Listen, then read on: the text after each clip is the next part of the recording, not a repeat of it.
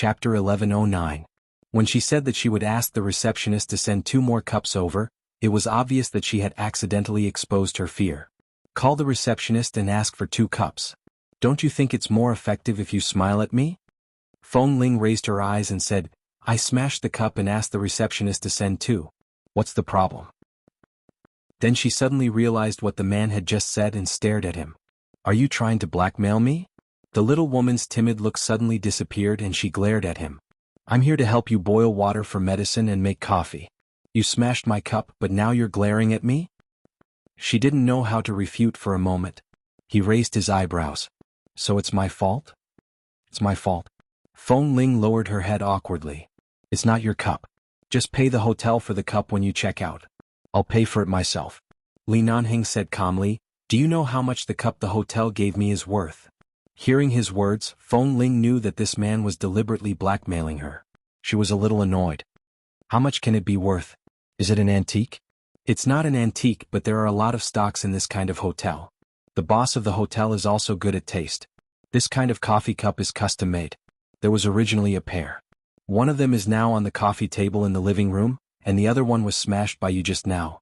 This pair of custom-made coffee cups is 5 times more expensive than the cell phone in your hand. Seeing her eyes widen unexpectedly, Li Nanheng found it funny and really laughed. Feng Ling felt that she seemed to be despised in front of this boss Li who was born with a golden spoon. Even if it was 5 times more expensive, she could afford it. In general, she had an apartment in Los Angeles and an apartment in Boston. After returning to China, Mr. Imo gave her a high salary. It was not like she didn't have money. She had worked hard for so many years. It was enough for her to survive in this world, okay? But seeing this man's expression, she was so angry that she didn't want to talk to him anymore. Just now, she shouldn't have inexplicably remembered how good he was to her because of this cell phone. She should always remember his shamelessness. Seeing that she was angry, the man waved his hand. Come here. Feng Ling originally wanted to return to the bedroom to put on her slippers, but when she heard his words, she turned to look at him and said unwillingly, What? There's a way that you don't have to compensate me. What is it? If it was 5 times more expensive, it would cost at least 20 to 30,000 yuan, which was almost equivalent to half a month's salary in High City. Thinking that she wouldn't go to 11 base in the future and didn't have many opportunities to make money, she instinctively said, Don't even think about confiscating my card. You've been holding my card when I was in the base, but now that I'm no longer a member of your base, I don't need you to help me plan any economic foundation. I'll make my own decisions and will never give it to you. When did you start to care so much about money? Li Nanheng raised his eyebrows and there was a smile in his eyes. Now was not like when she was in 11 base, where she could earn at least 200,000 or 300,000 yuan from a mission. She had to be frugal. In the past 2 years in Boston, she had been relying on her work to be self-sufficient and knew how to live a frugal life. To put it simply, Feng Ling used to live in the jungle, the orphanage, and 11 base. Many of her knowledge existed on the surface, and she was somewhat blocked. But now she had basically understood everything. She would also care about things that normal people would care about, but she just didn't say it on the surface. She ignored him, walked around the small fragments on the ground, turned to find a broom and walked over to clean up the fragments. Seeing that she had come to clean up with injuries, she had just walked back to Li Nanheng's side when her wrist holding the broom was suddenly held by the man. Feng Ling only had time to raise her head to look at him in confusion, but at this moment, the man held her waist and pulled her back. In just 2 steps, he had pressed her against the side of the cupboard. The sound of boiling water behind them had stopped, but the sound of the coffee machine continued, and there was a small buzzing sound. Feng Ling subconsciously wanted to push him away, but the man directly held her wrist. Although he did not use much force, his fingertips still grazed a wound on her arm. She let out a low cry and was pulled into his arms. Just like this, her waist was pressed against the marble counter on the cupboard, but her front was pressed against the man's chest. Before she could make a sound of resistance, she was kissed. She was stunned for a few seconds and wanted to retreat. At the same time, she raised her hand to push his shoulder, but the man held her waist and brought her into his arms. In just 2 steps, he pressed her more firmly against the marble counter of the cupboard. Feng Ling?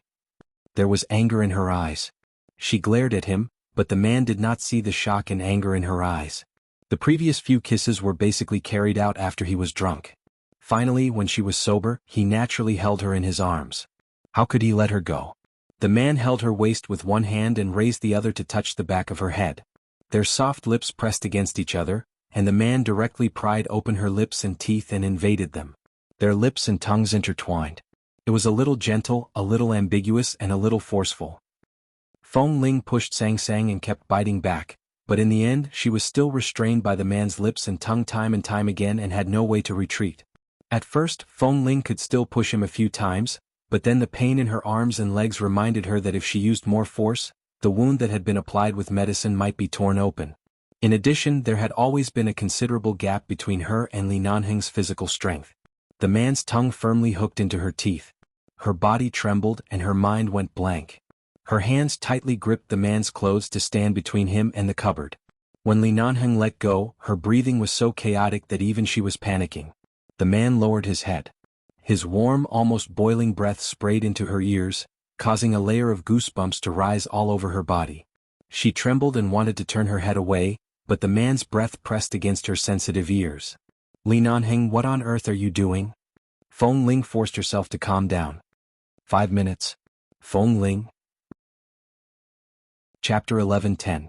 She abruptly turned to ask him what he meant by those 3 words, only to see herself reflected in the man's eyes. She instantly choked on the words that were about to come out of her mouth. Take the initiative to kiss me once for 5 minutes.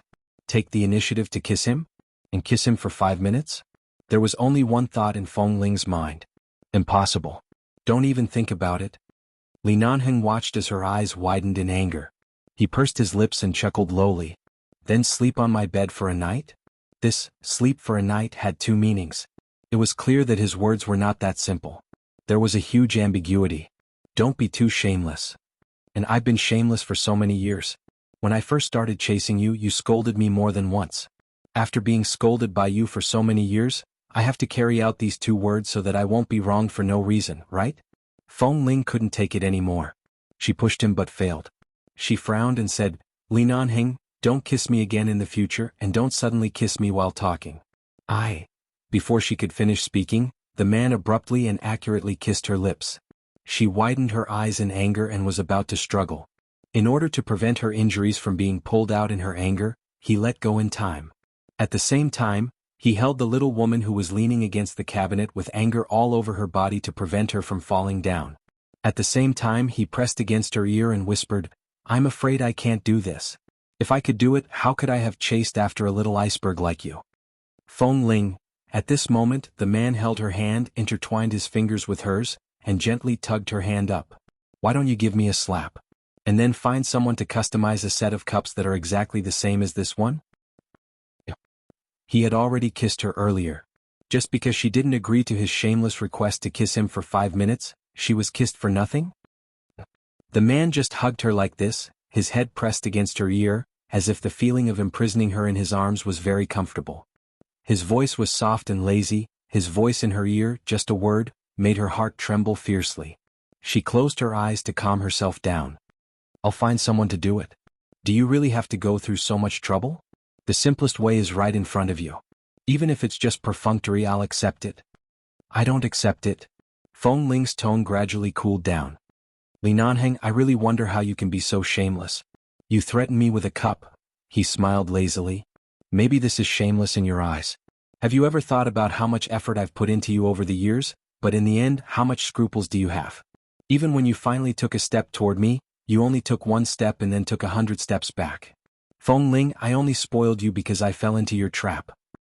I know that your feelings for me are not enough for you to surpass all rationality, but I still want to see when you can really let go of your heart and walk toward me. Feng Ling lowered her eyes and did not speak. It would be a lie to say that she was not touched, but the next moment she suddenly raised her foot and stepped hard on the man's foot. Unfortunately, she stepped barefoot.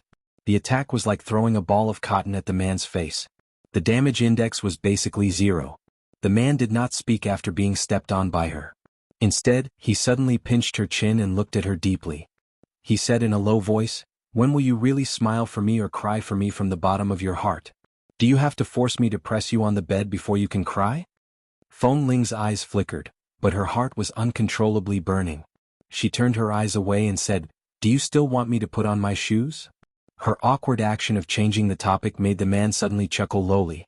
It was obvious that he was laughing at her for not expressing her feelings even though she was clearly moved. He was laughing at how stupid her way of changing the topic was, and he didn't hide his laughter at all. However, it was indeed not good for her wound to keep being restrained like this. The man did not intend to keep forcing her at this time. Before the heat was up, he could only endure it. As soon as her body was free, Feng Ling took a step to the side and turned to walk out. However, she paused and said without looking back, "I'll say it again. Don't kiss me forcefully in the future." The man said leisurely, "I think you enjoy it." Feng Ling said hatefully, "I was wondering why you insisted on keeping me here. When Mr. and Mrs. Mo kept me here, they probably didn't expect you to be so shameless. You clearly knew that I was injured and couldn't struggle too much. My body was electrocuted and now I have no strength. From the beginning you've been harboring evil intentions." Li Nanheng smiled slightly. "Not only have I been harboring evil intentions from the beginning, I've been harboring evil intentions since you were 13 years old." Feng Ling, 13 years old? Was he talking about the time when she fell into his bathtub in the sauna room and accidentally saw the side of her chest when he tore open her clothes? The expression on her face changed several times in just a few seconds. It was rich and colorful. She wanted to curse but found that she couldn't say anything. However, when she heard the man's attitude as if he had long regarded her as a piece of meat in his wolf's mouth, she couldn't express her anger. Her face did not turn red, but the tips of her ears were about to drip blood. If she had known that one day in the future, this man would say such shameless words, she would never have gone to 11 base and would never have created any possibility or opportunity to contact him again. She couldn't find an excuse for a long time and finally fled. She ran back to the bedroom, put on her slippers and threw the new phone on the bed. She stood in the bedroom for a long time and seemed to hear the sound of the broken pieces being swept up in the kitchen. Feng Ling abruptly turned to walk out. She saw that the man was sweeping the floor in the kitchen and said, "I'll sweep." Hearing the movement, the man turned to look at her. When he saw that she was indeed wearing shoes this time, he retracted his gaze and continued to sweep the floor. As he swept, he said mildly, "You'd better go play with your new phone. You're covered in injuries. You haven't even finished sweeping the floor. If you hurt your foot again, I'll have to apply medicine for your foot again. The gains don't make up for the losses." Feng Ling, now he knew that she was covered in injuries. Earlier, when he pressed her down and kissed her hard for a long time, why didn't he think that she was injured? Seeing that he really didn't need her to intervene, Feng Ling glanced at the other intact coffee cup on the coffee table, thought about the price of this cup and returned to the bedroom. Chapter 11:11. Feng Ling sat on the bed and turned on the new phone. While studying the usage of the new phone, she checked the various phone numbers in her previous phone's address book. She didn't have much interest in studying the new phone. She just changed the card, made sure that the address book was also synchronized and put the phone aside. Late at night, Feng Ling was very hesitant. She didn't know if she should stay or not. In fact, from a rational point of view, no matter what, she should leave. Because of the relationship between Li Nanheng and the Feng family, and because that man had clearly said that he wouldn't do anything to her, but he still kissed her forcefully in the kitchen. She felt that if she continued to stay here, more unexpected things would happen. But in her heart, there was a weak emotion that she couldn't understand that hindered her, telling her that she should stay here. She put her new cell phone aside to charge, got up and walked out of the bedroom. She saw the man coming out of the bedroom next to the suite. Perhaps because she was now living here with an injury, this man, who was a heavy smoker, seemed to have not smoked today. He had just taken a shower and looked refreshed. When he saw her coming out, he naturally asked her, "Have you taken your medicine?" Only then did Feng Ling remember that half an hour ago, he seemed to have said something to her outside the bedroom door, asking her to come out and drink the medicine that had been brewed. But she didn't come out at that time. She turned to look at the medicine on the coffee table, walked over, picked up the cup and drank the medicine while saying, I'll go back to Miss Wen's place after drinking the medicine." Dr. Wen is now at Miss Wen's place. "Are you sure you want to go to her place? Jin Wan's apartment is currently occupied by Mo Jingshan. It's not convenient for you to go there." Li Nanheng came over, took the cold medicine from her hand, turned to the kitchen to pour it out, and then brewed a cup of hot water for her, reminding her to drink it while it was hot. When Feng Ling raised her hand to take it, he said, "My place is currently the most suitable place for you to stay." "I don't think so. How many friends do you have in China? How many people do you know? You know that you can't go anywhere. It's safest and most appropriate to stay here. Here, the base and I can contact you and support you at any time. We can see what's happening around you at any time, instead of waiting for you to call for help when something happens. No matter if their target is you or me, for them, You're the most suitable one to be attacked first since you're alone outside. The man continued unhurriedly, don't mention Jin Wan. Mo Jingshan asked you to stay, so he must have made a decision for you. It's best for you to recuperate here. As for Wen Liqing, the entanglement between her and her brother has just begun. You don't have to go to her place for the time being. I'm the only one who can take you in. I asked you to stay in a room alone and didn't ask you to sleep in my bed. You don't seem to have any reason to insist on leaving. There was nothing wrong with what he said. If it weren't for Feng Ling's consideration, she probably wouldn't have stayed. But the kiss he just gave her in the kitchen made her realize that things couldn't be so simple. At least she couldn't let him do this to her. She was afraid that she would lose the ability to resist in front of Li Nanheng. However, he had mentioned Miss Wen and Dr. Wen earlier. She drank half a cup of medicine and water. Her mouth was a little bitter, but fortunately, it tasted of medicine. She smacked her lips and asked, the entanglement between Dr. Wen and Miss Wen has just begun. What do you mean? A few days ago, Dr. Wen did go to her place to find her, but Miss Wen was not there at that time. I don't know what happened later, but I'm really surprised that Dr. Wen came to China. Dr. Wen was a man with very strong self-control. In addition, his professional nature made him look like a super abstinent man like Dr. Qin. He was also good at hiding his personality and emotions. Unlike Li Nanheng, who was indifferent to the outside but honest to the inside, Dr. Wen was definitely not honest to the inside and outside. He was definitely the kind of flower on the high mountain that people couldn't even reach out their hands to touch. In her eyes, Wen Liqing was an excellent, beautiful, well-educated, gentle, kind and enthusiastic woman. This kind of woman was definitely a goddess in the eyes of any man. No matter in appearance, family background or personality, Wen Liqing was definitely the best. Li Nanheng looked at her. Li Nanheng looked at her.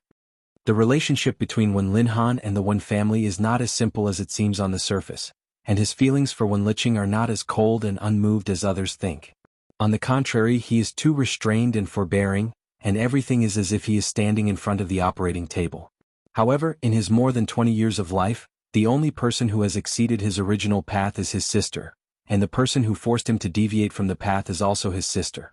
He wants to stick to the original path, but after so many years, his heart is no longer on that line, and it is only a matter of time before his feelings override his reason. Feng Ling, she really didn't know enough about the relationship between Dr. Wen and Wen Liqing. However, during this period of time when she lived with Miss Wen, she could feel that although Miss Wen tried her best not to show any emotional changes, Feng Ling could often see that Wen Liqing's eyes were red when she woke up in the morning. She didn't know whether it was red or because she didn't sleep well. Feng Ling didn't know much about love. Although she asked a few questions with concern, Wen Liqing didn't say anything, so she didn't continue to ask. She could only promise that she could accompany her every time she went back. But speaking of which, after Dr. Wen appeared a few days ago, Feng Ling really didn't see Miss Wen again. Did Li Nanheng mean that Dr. Wen had been in T-City recently? Hadn't he left yet? Usually, he was so busy that it was impossible for others to shake his original work and daily arrangements. Now he left all the work and things at hand? He specially stayed in T-City? Seeing that she didn't move, Li Nanheng softened his tone and said in a low voice, "Don't worry, living here is safer than anywhere else except for being kissed by me occasionally. What happened in the kitchen just now was out of my control. If I were really such a beast, your whole body would have been mine long ago." Feng Ling, she snorted with an ambiguous look. "What should I do to be yours?" Chapter 11-12. Then she drank up all the medicine and water in the cup. When she looked up at him again, she saw that the man was just looking at her meaningfully. The hint in his eyes was clearly related to what he said just now. So what happened on Roger's Pass back then? She was really wronged for being slept with. Feng Ling's chest instantly became sullen. She wanted to throw a pillow at this man again. She wondered if she had been cursed by Li Nanheng. In the past she clearly wouldn't get angry, but now why was it so easy for her to provoke her? Feng Ling returned to the bedroom, picked up the phone that was charging, and suddenly saw an unread text message. She opened it and saw that it was from Wen Liqing. "Wen Liqing, Feng Ling, where have you been these days? I was allergic to alcohol 2 days ago, so I had to have my stomach pumped and had an injection in the hospital. It took me a few days to get out of the hospital. When I came back, I found that you hadn't come back for 2 days. I called you but you didn't answer my call. Did you go back to the dormitory of T University with Mrs. Mo?" Feng Ling saw that this text message had only been sent 3 or 4 minutes ago, and she called Wen Liqing back. "Feng Ling, where are you?" Feng Ling sat on the bed. "I'm outside. I'm fine. Is your alcohol allergy so serious? How are you now? It's okay. I'm a doctor myself. What can I do? Wen Leching said softly, then thought for a while and said, Since you are outside Feng Ling, can you help me with something? Can you help me contact someone? Before she finished speaking, Feng Ling suddenly heard the sound of the door being opened, and then Wen Leching suddenly stopped speaking as if she was afraid of being heard and didn't continue. What's the matter? If it's inconvenient to talk, send me a message, Feng Ling said softly. Okay. Wen Leching's tone on the other side suddenly became serious, and then she gently said good night, and hung up the phone. On the other side of the phone, Wen Leching turned to look at the man who pushed the door open. Wen Linhan came in with a weather-beaten body. When he came in, he saw that she was curled up on the sofa, holding a cell phone and calling someone. Who's calling? Feng Ling. After answering, Wen Leching raised her eyes to look at the man who walked in the door. She stared at him for a few seconds, then lay on the sofa as if she didn't feel anything. She silently pulled the blanket to cover her legs, closed her eyes, and pretended to sleep as if he didn't exist.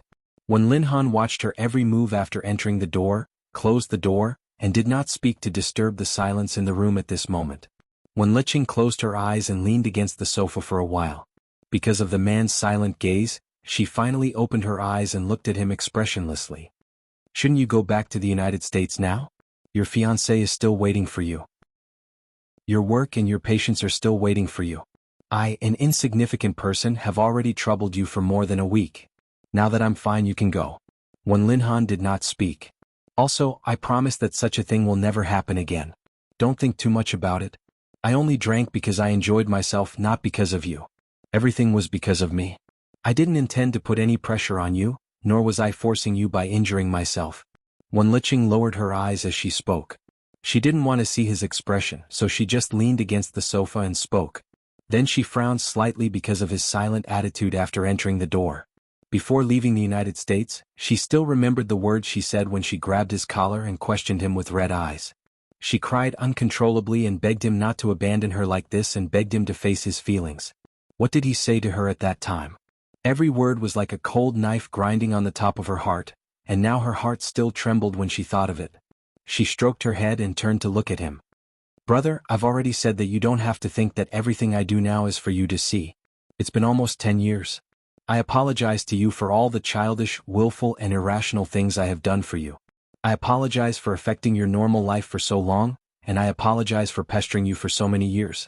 Perhaps if I hadn't pestered you for so many years, you would have been able to marry your fiancé 3 or 4 years ago.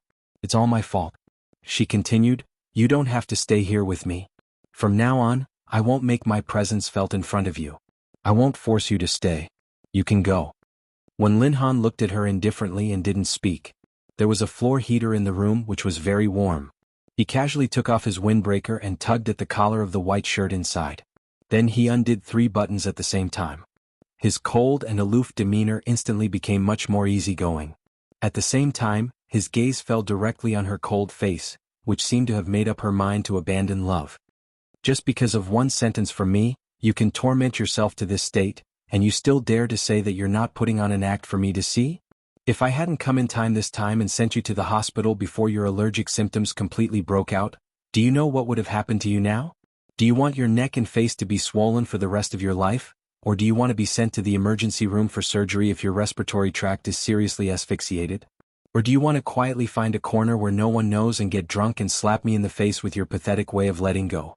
And then impose on me the crime of forcing my sister to die? His tone was still very cold, so cold that Wen Leching's heart ached fiercely. She abruptly turned her eyes. You think too much. Wen Linhan sneered. You torment yourself like this. How can I not think about it? Do you really think I have no heart? Really? Wen Leching said lightly, I really thought you had no heart. It turns out that you will also take my affairs to heart. It turns out that you will also think about my affairs carefully, instead of always just throwing me aside as a mischievous child, ignoring all my emotions and always telling me 2 words, don't make trouble. Wen Linhan frowned coldly because of the provocation in her words and looked at her sitting motionless on the sofa. She was indeed the pearl of the Wen family. No matter in all aspects, she bore too much expectations and attention from the Wen family. A girl who was so excellent that no one could find any flaws in her, but because of him, she repeatedly became decadent. Now she was leaning lazily on the sofa, which was obviously an indulgence after despair. Chapter 11:13. He saw that she had been standing there since she entered the door. It seemed that he came to see her just because he was worried that something would happen to her again. In fact, what could happen to her? If she was an extreme person, something would have happened to her long ago. She didn't think too much about the drinking incident, but she didn't expect to be seen by him. It seemed that she was threatening him with death. She wouldn't. If she really loved someone, how could she treat him in such a childish and coercive way? He didn't want to approach her, but he didn't leave or return to the United States because he was worried. Wenlicheng had been resting at home for the past 2 days, so she was always sleepy. Leaning against the sofa sickly, she wanted to go to sleep, but she couldn't because he was standing here. She wanted to ignore him but couldn't ignore his existence at all. I don't need you to keep an eye on me. I've said that I won't pester you anymore. You can rest assured. I've never said such words before. I've never given up. Now that I've decided to give up, I'll really give up. I'll do what I say. I'll never pester you again. Gu Yuxing looked at Gu Yuxing and said, Dr. Wen, you can go.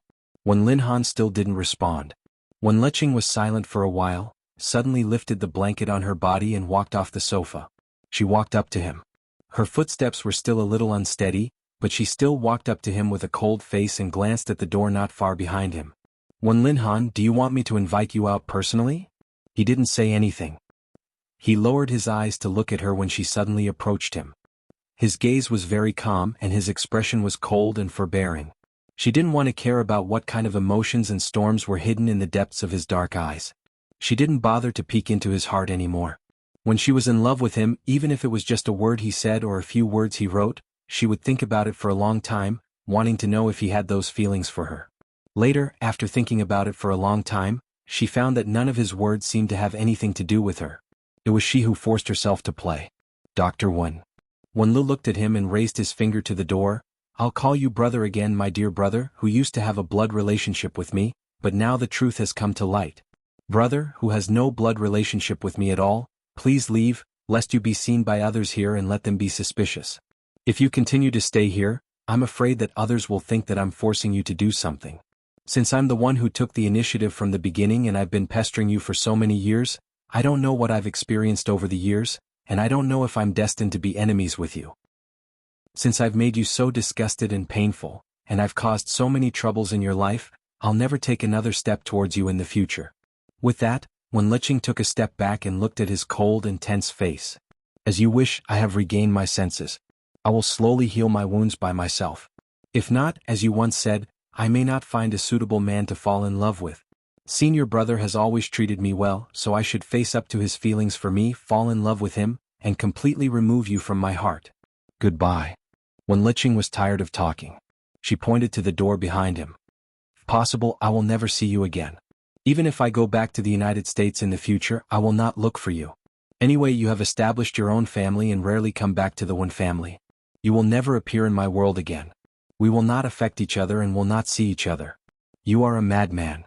This sentence came out of Wen Lin Han's seemingly calm mouth, and his voice was so cold that it seemed to be able to freeze the air in the entire room.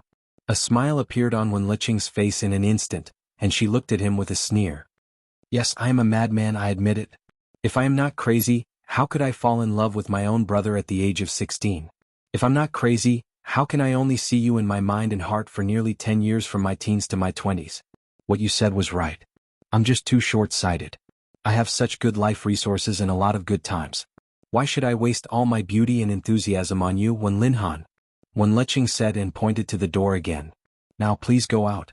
Wen Lin Han narrowed his eyes, looked at her serious face, and then looked at her figure, which seemed to be getting thinner and thinner than before. She was wearing a set of pink pajamas with a white rabbit pattern on it.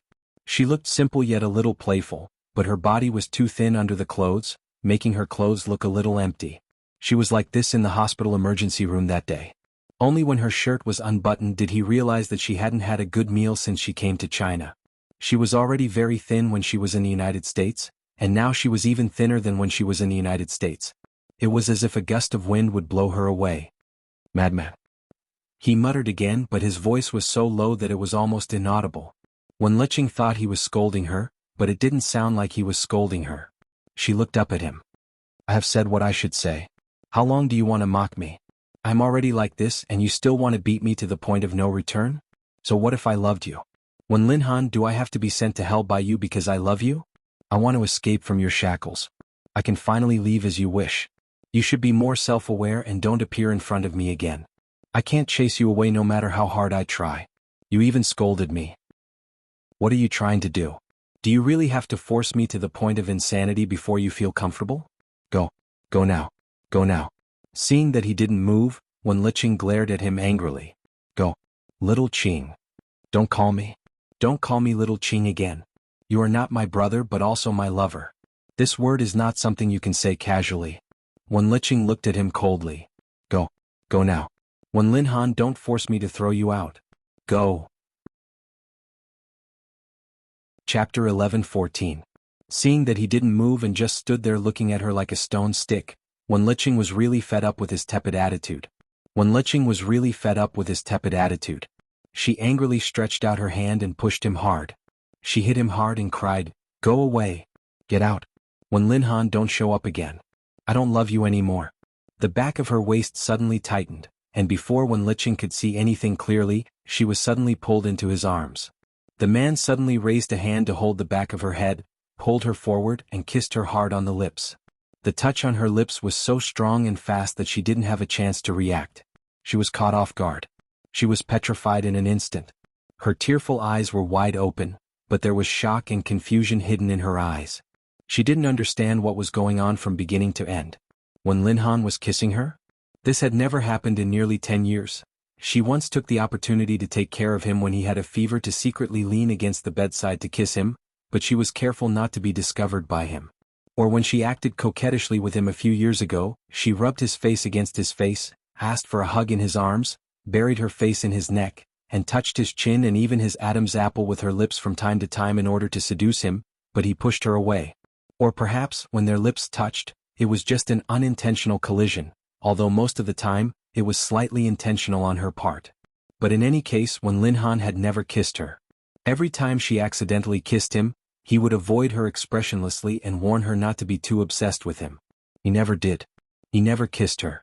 He never kissed her like this. Even the man's kiss ravaged her lips as if he was complaining about something. He lost his usual calmness and gentleness, and lost the demeanor that should belong to Dr. Wen. He just entangled her lips and tongue fiercely. Before she had any preparation, he forcibly opened her teeth and kissed her deeply without restraint. Wen Liqing didn't recover at all. Her brain seemed to be blank and she was shocked stiff. Feeling that the woman in his arms hadn't recovered for a long time, Wen Linhan's heart softened. He held her tighter in his arms, imprisoned her firmly in his arms, and sucked her lips from intense to gentle. When her eyes gradually regained focus and her consciousness gradually recovered, she suddenly raised her hand to push him away. Wen Linhan's hand clasped her waist tightly, and he bent down to increase the intensity of the kiss. Wen Liqing moaned and her body was also struggling, but he still didn't let go. When she struggled violently, Wen Linhan suddenly bit her lips and said hoarsely as if warning her, Isn't this what you want? You used all the methods you could think of just to break through all the obstacles and be with me? Since this is what you want, you don't have to torture yourself like this anymore. Just tell me what you want. I've never been unable to give you anything since we were young. Since you only want me, fine, I'll give it to you. Wen Liqing didn't understand what he meant. The man in front of her looked at her with deep eyes. She only felt that her lips were kissed painfully. She frowned and put her hands against his chest, trying to push him away and break free, but he suddenly picked her up by the waist. At the moment when she was picked up, Wen Liqing's mouth was free. She struggled and said, Wen Linhan, what are you doing? Let me down. What else do you want? Wen Linhan couldn't tell what he was thinking, but his eyes were cold. He carried her all the way to the bedroom. The man who had always been gentle and calm kicked open the bedroom door in front of him, carried her in, threw her on the bed under Wen Liqing's panicked eyes, and then suddenly bent down and pressed her under his body, firmly imprisoned her, and pressed her hands above her head. From beginning to end, he didn't show any gentleness. You let go of me? Wen Liqing was really panicked after being pressed on the bed. She had never seen Wen Linhan like this. Let go of me. Let go of me. The man imprisoned her firmly, looked down at her and gnashed his teeth. I'll give you whatever you want. I'll satisfy you one by one. Wen Liqing, you really have the ability to force me to this point. Xiaoqing, you've been jumping around in front of me like this for more than 20 years. You really have guts. Wen Linhan, get up. Yeah. The man suddenly clasped her wrists above her head. She felt that her wrists were in pain and her eyes were about to turn red. The man suddenly sealed her lips again at this moment, and at the same time, dragged her hand to the collar of his shirt. "Come on, take what you want." Wen Liqing was completely shocked and trembled all over. Her hand trembled and stopped on his collar. She felt the man's hand pressing her hand there, but she didn't dare to touch it as if she had been electrocuted. She wanted to pull her hand out and dodge, but he grabbed it firmly and pressed it against his collar again. "I don't want it." Wen Liqing struggled desperately under him. "Let go of my hand. Get up. Wen Linhan, get away. That's not what I want. What I want is..." At this moment, the man leaned over and breathed in her ear. His hoarse voice carried a certain warning and coldness that she had never seen from him. "There's only one chance, Xiaoqing. Since you've been pestering me for nearly 10 years, I'll make you regret it if I don't satisfy you once. People say that you can't let go if you can't get it. I'll let you get it once. Will you really learn to be obedient? Isn't this the person you want? Come, I'll give it to you. Come and take it. I'll give it all to you, Wen," Wen Linhan said as he grabbed her hand again. One hand was not enough, so he pulled both of her hands to his collar and forced her to pull the delicate buttons of his shirt collar. Wen Liqing lay there stiffly because of his actions. Her hands seemed to be controlled by him. She couldn't resist and couldn't say a word. When the man pulled the collar open a little and saw the man's collarbone and chest, she panicked and tried to pull her hand out, shaking her head hard. No, it was not like this. She didn't think so. She didn't want to force him to this point. This was not what she wanted. Chapter 11:15. She didn't want to force him to this point. This was not what she wanted. She drank that day just to say goodbye to the past completely. She knew that she was allergic to alcohol, but there were so many friends present at that time, most of whom were doctors. She knew that she would be fine. In her life, she had never been a willful person who let others worry about her. She had only indulged herself once. Her life had always been like this. She just wanted to take this opportunity to get drunk. Her heart was so painful and uncomfortable, but she didn't even have the qualification to get drunk. It was really a grieving. With so many doctors present, she couldn't die. She really didn't want to force him. When Linhan ignored her red eyes and full of resistance, bent down and kissed her ear hard, causing her to tremble all over. Wen Liqing had no strength to resist at all. Her hands had been trying very hard to break free from his palm, but she couldn't. Until Wen Linhan suddenly let go of her hand and directly sealed her lips again. The strong and deep kiss swept all her nerves. Because of such a kiss, she felt as if the world was full of bursts of white light in front of her. She was shocked and stimulated as if the world was spinning. Her eyes were red with grievance and pain, but the black eyes of the man on top of her were bursting with dangerous light. She wanted to escape, but her body was completely pressed on the bed. The man on top of her had never looked at her like this, nor had he ever treated her like this. He coldly narrowed his eyes and looked at her nervously and helplessly. At the moment when her nervous chest kept heaving up and down, he suddenly pulled open her buttoned pajamas. The front of the pajamas suddenly felt a chill because of being pulled open. She exclaimed in fright, but he kissed her hard again at the moment when she exclaimed. The strength of this kiss was so firm and heavy that Wen Liqing frowned hard, but she couldn't push him away. She began to have an instinctive resistance to something that she had been looking forward to for many years but had never experienced. She wanted to get up and push him away, but her body was as tense as a bow.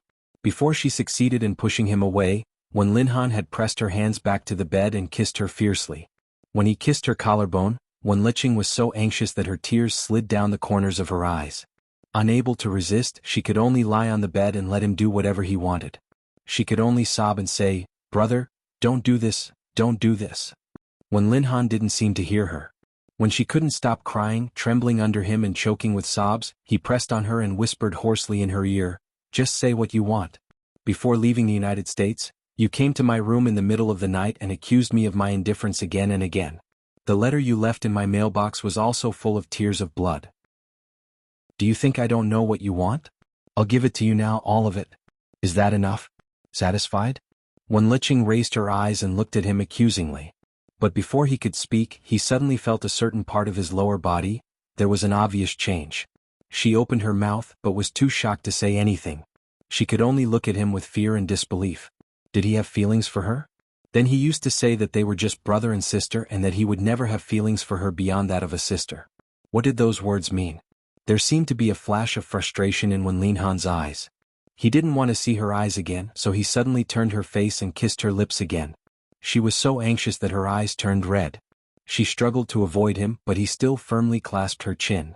The kiss became deeper and deeper, and his breathing became heavier and heavier. At this moment, the door outside was suddenly knocked on. Wen Liqing hurriedly murmured as if she heard a life-saving symphony, reminding him that someone was knocking on the door. She remembered that senior brother said that he had nothing to do today and would come to see her. Now it was almost time for senior brother to arrive. Wen Liqing couldn't concentrate on Wen Linhan's deep kiss. Even this man who was usually gentle and elegant seemed to be full of irritation at this moment. She raised her hand to pinch his arm hard, and Wen Linhan bit her lips even harder as if suffering a backlash. Suddenly, Wen Linhan's hand continued to unbutton her pajamas that had already been opened. The moment Wen Liqing felt a chill in front of her body, her eyes widened in disbelief, and her body suddenly tightened. She had just successfully pulled out her hand and pushed his shoulder, but now she suddenly grabbed his shoulder tightly and her eyes were full of panic. Don't, brother. Wen Liqing was really scared. She looked helplessly at the man who was usually as calm as ice but now almost went crazy with her. Don't do this. I'm scared. The fear in Wen Liqing's heart had reached the extreme. She trembled under him, and the focus in her eyes was almost unfocused. Her messy long hair was wrapped around her neck and cheeks, and sweat was intertwined. She was full of fear and helplessness. Wen Linhan looked at her coldly and sneered. The more afraid she was, the harder he kissed her. When he touched her chest, Wen Liqing suddenly clenched his shoulders hard with both hands and her nails almost embedded into his shoulders. Isn't this what you want? No. She turned her body slightly, wanting to avoid his hand, but he pressed down on her body. He bit her lips as if he didn't give her any leeway, and then kissed her sweaty, white neck. His hands didn't stop moving. Wen Liqing was a little ashamed. There had never been any intimacy between her and him except for the touch of lips. In the past 10 years, everything had been stuck at the level of siblings, and they had never gone beyond that. If something really happened here today, would she be happy? Was this really what she wanted? What she wanted was for him to really like her, not just the relationship between brother and sister, but to really like her.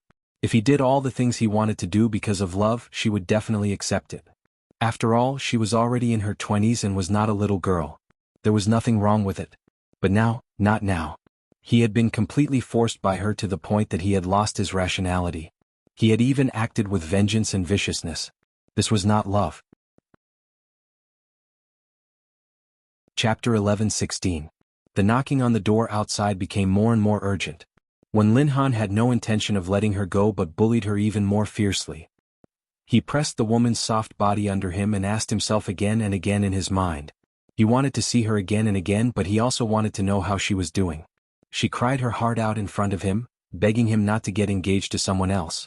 The letters she left in the mailbox were like knives, tormenting his sanity. Who was crazy? Wen Linhan closed his eyes and once again occupied her lips that had been kissed red and swollen, sucking mercilessly with a force that almost robbed all her breath. Wen Liqing trembled helplessly under him. When Wen Linhan's hand invaded her open clothes again, Wen Liqing suddenly shrank and abruptly turned her head away, but the man on top of her bit her ear, as if he had been forced to the extreme, or as if he was taking revenge when he was venting his emotions. She had no strength to resist at all. Her eyes were red and her tears fell on the bed. She choked and said, "Why are you doing this, brother? Why are you doing this to me?" Wen Linhan did not speak for a while. After a long time, he seemed to barely suppress the desire in his body that was about to collapse. He suddenly put his hands on both sides of her body and slowly lifted himself up. He lowered his black eyes to look at the clear fear and sadness that flashed through her eyes. He still lowered his voice and said coldly, "I should be the one asking you, why do you like me? Why do you force me into a desperate situation step by step?" Wen Liqing sobbed. "I just said that I will never force you again. I will stay far away from you in the future. I will never." "It's too late," the man suddenly said. His voice was very soft, so soft that she thought she had heard wrongly. She stared at him blankly, but he stared into her eyes. His voice was very low, but even though it was soft and low, it still forced its way into her ears. Wen Liqing's breathing suddenly stagnated, and she looked at the emotion that flashed in his eyes in disbelief. "When you were 18 years old, I could still tell you rationally that everything was impossible. When you were 23 years old, I told you to be rational. I would never fall in love with you and told you to be my little sister. When you were 25 years old, I was almost dragged into the abyss by you. Now, when you are almost 26 years old, you left me such a long letter. You cut my heart piece by piece. Do you think it's too late for you to retreat now? When Linhan looked down at her. I can't give you a reason to hide and cry by yourself, nor can I watch you drink so much even though you know you will be allergic to alcohol. You indulge yourself, but I can't watch you destroy yourself. If you really want to sink into depravity. When Linhan looked into her eyes. Although his face was calm and cold, he said seriously and clearly, don't hurt yourself anymore. Tears fell from Wen Liqing's eyes. Don't hurt herself anymore? So in the end it was because of what she did that he was forced to this point. His words were full of his heartache, but he didn't respond to her feelings. In the end he was still forced to this point by her. Wen Liqing closed her eyes. She suddenly remembered a Hong Kong and Taiwan movie she watched when she was a child, in which Xiaoqing seduced Fahai in front of Buddha. In the end it was just because she couldn't get it and he couldn't get it. What he was loyal to was the rationality in his heart. She sniffled and wanted to laugh but couldn't. She wanted to cry but couldn't.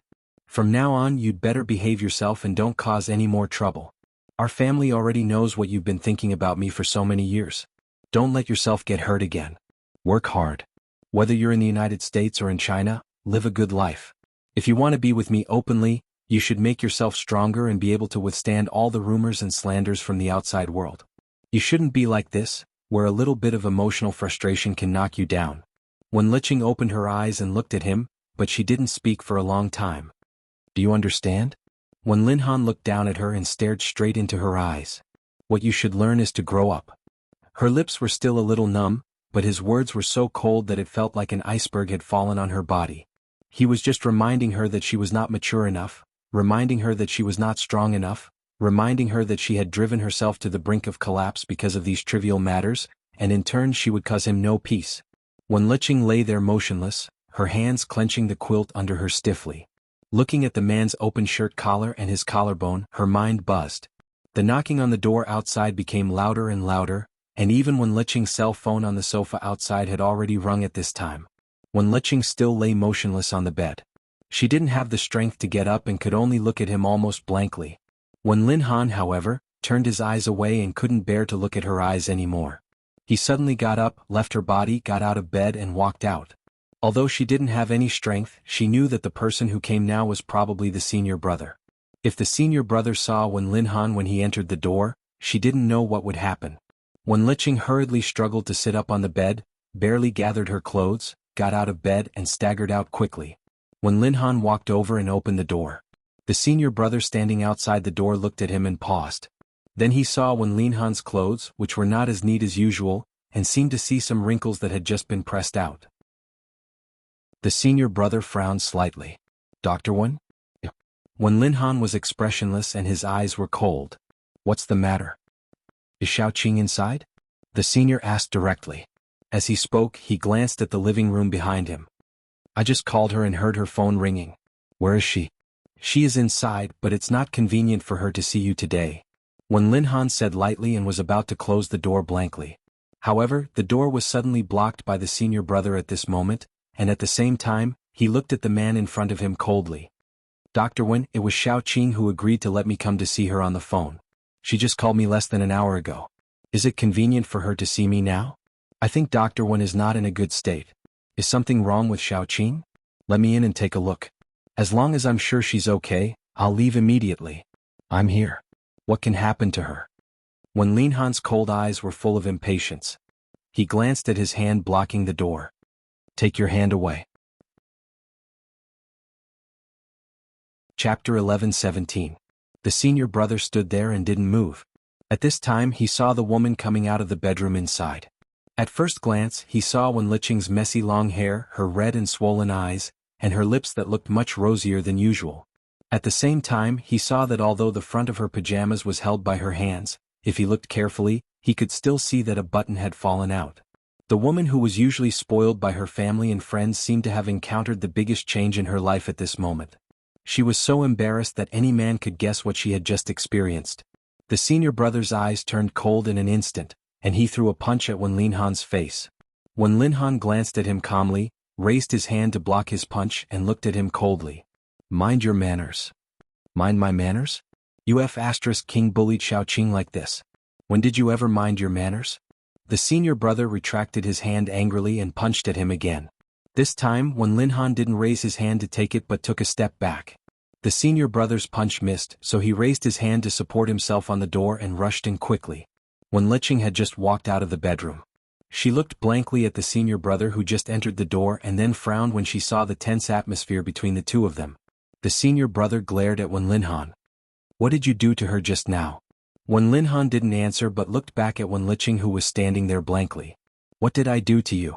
Do you want to tell him yourself? As soon as Wen Liqing heard this, she looked at the man standing there with a cold face in disbelief. He clearly knew that she was about to give in under the gentle attack of her senior for so many years. She had just said that she wanted to turn around and look at the people behind her. Her senior had been treating her the same for so many years. If she had any conscience, she would also turn around and look at him. She would cherish the people around her who were truly good to her. He knew that she was going to be with the senior brother soon. But when Linhan, who always wished he could never have anything to do with her, stood here and said such ambiguous words. Wen Liqing turned to look at the man whose face was full of anger. Senior brother. The senior brother only heard the fear and grievance in her intermittent and somewhat hoarse voice, and suddenly punched Wen Linhan again. This time, Wen Linhan didn't dodge but let him punch him in the face. As he took a step back, the senior brother rushed forward like crazy, grabbed his shirt collar hard and pushed him to the ground fiercely. He didn't care whether Wen Linhan was good at martial arts or not. Anyway, Wen Linhan didn't resist so he could beat him up. Seeing that the senior brother pressed Wen Linhan to the ground and was about to punch him again, Wen Liqing staggered and hurriedly ran over to pull them apart. Senior brother, don't fight, don't fight. The senior pushed her away forcefully. Go away. This sanctimonious beast in human clothing. He said she was his sister but he was such a bastard in private. I must beat him to death. Senior brother? Wen Liqing was thrown back. Seeing that Wen Linhan really didn't fight back, his chin was punched again, and his clean face looked like a different person because of the red and blue corners of his mouth. The senior brother who had always been patient with her was furious at this moment. She hurriedly pulled his hand. Don't fight. Don't fight. Go away, little Qing. The senior brother waved her away again. Although Wen Linhan was a doctor, he was a man of more than 1.8 meters tall with an absolutely perfect figure. If he really fought, not everyone could be his opponent. After all, he was tall and strong but he didn't resist at all. Wen Liqing fell to the ground. Seeing the scene of Wen Linhan being beaten, she suddenly realized that she seemed to be really wrong. She shouldn't disturb his peaceful life. She shouldn't force all her embarrassment on him. If it weren't for her, how could he have come to this point? Wen Liqing suddenly got up and rushed over again. This time, she directly hugged the senior brother who was riding on Wen Linhan and hugged him tightly with both hands. Senior brother, please don't hit me. It's all my fault. I messed up my good life like this. It's all my fault. Please don't hit him. Please, senior brother, take me away, I'll go with you. Please take me away, senior brother. The senior brother suddenly lowered his head and looked at Wen Liqing who was crying hard in his arms. Lying on the ground, Wen Linhan's eyes flickered slightly because of her begging the senior brother to take her away. He watched her crying and trembling in someone else's arms. Don't hit me, really, please, take me away now. Wen Liqing said, holding the senior brother's arms and body with both hands. I don't need to pack anything. I'll go with you right away, little Qing. Senior brother, I figured it out. I'll forget him. I've really figured it out. Seeing her crying uncontrollably, the senior brother's anger gradually dissipated because of her tight hug and crying. He raised his hand and put it on her shoulder. Okay, I'll take you away. With that, he no longer looked at the man on the ground, suddenly got up, and at the same time helped Wen Liqing who was crying and trembling weakly up. He put his arm around her shoulder and walked out. When he walked to the door, he took off his coat and put it on her shoulder. Let's go downstairs first. I just parked the car outside. Get in the car. It won't be cold. I'll take you to a place to settle down first. Until the two of them went out the door was slammed heavily outside. The room was quiet. Wen Linhan lay on the ground, motionless, but the heaving of his chest gradually intensified. When they got downstairs, the senior brother opened the car door and saw Wen Liqing standing there and didn't move forward. Look at how timid you are. When you are not in front of Wen Linhan you can say anything, but when you meet Wen Linhan you become timid. Just now you were so brave in front of him. Didn't you say you would go with me? Now you don't want to go? Wen Liqing, Senior brother? Okay, don't explain. I know what kind of person you are. The senior sighed. Get in the car first. If someone else saw you in such a sorry state, they might think that something happened to you. After all, he's your brother and also the person you love. What happens is between the two of you. I can't control it. You've already hit him and vented your anger. Now that you're downstairs, if you go back now, are you sure you'll still have a place to put your face? Chapter 11:18. When Liqing was a little embarrassed to be seen through. She put on his coat and stood outside the car door asking, "Then where should I go now?" "Anyway, you are a visiting professor of the medical school. You don't look like a professor at all. Find a hotel to stay in and tidy yourself up. We have a joint lecture tomorrow and a clinical consultation in a few days. After that, you can deal with your relationship affairs. When Linhan is in T-City now, he won't lose his face. What are you afraid of?" "I'm not afraid of losing his face." Don't explain. I don't want to hear any explanation now. I know you just said you would go with me. Don't go back on your words. Get in the car now." When Liqing hesitated for a moment, but she still walked forward, sat in the car and then gathered her clothes. The senior brother also got into the driver's seat. When he closed the door, it was very quiet in the car, and only the breathing of the two people could be heard.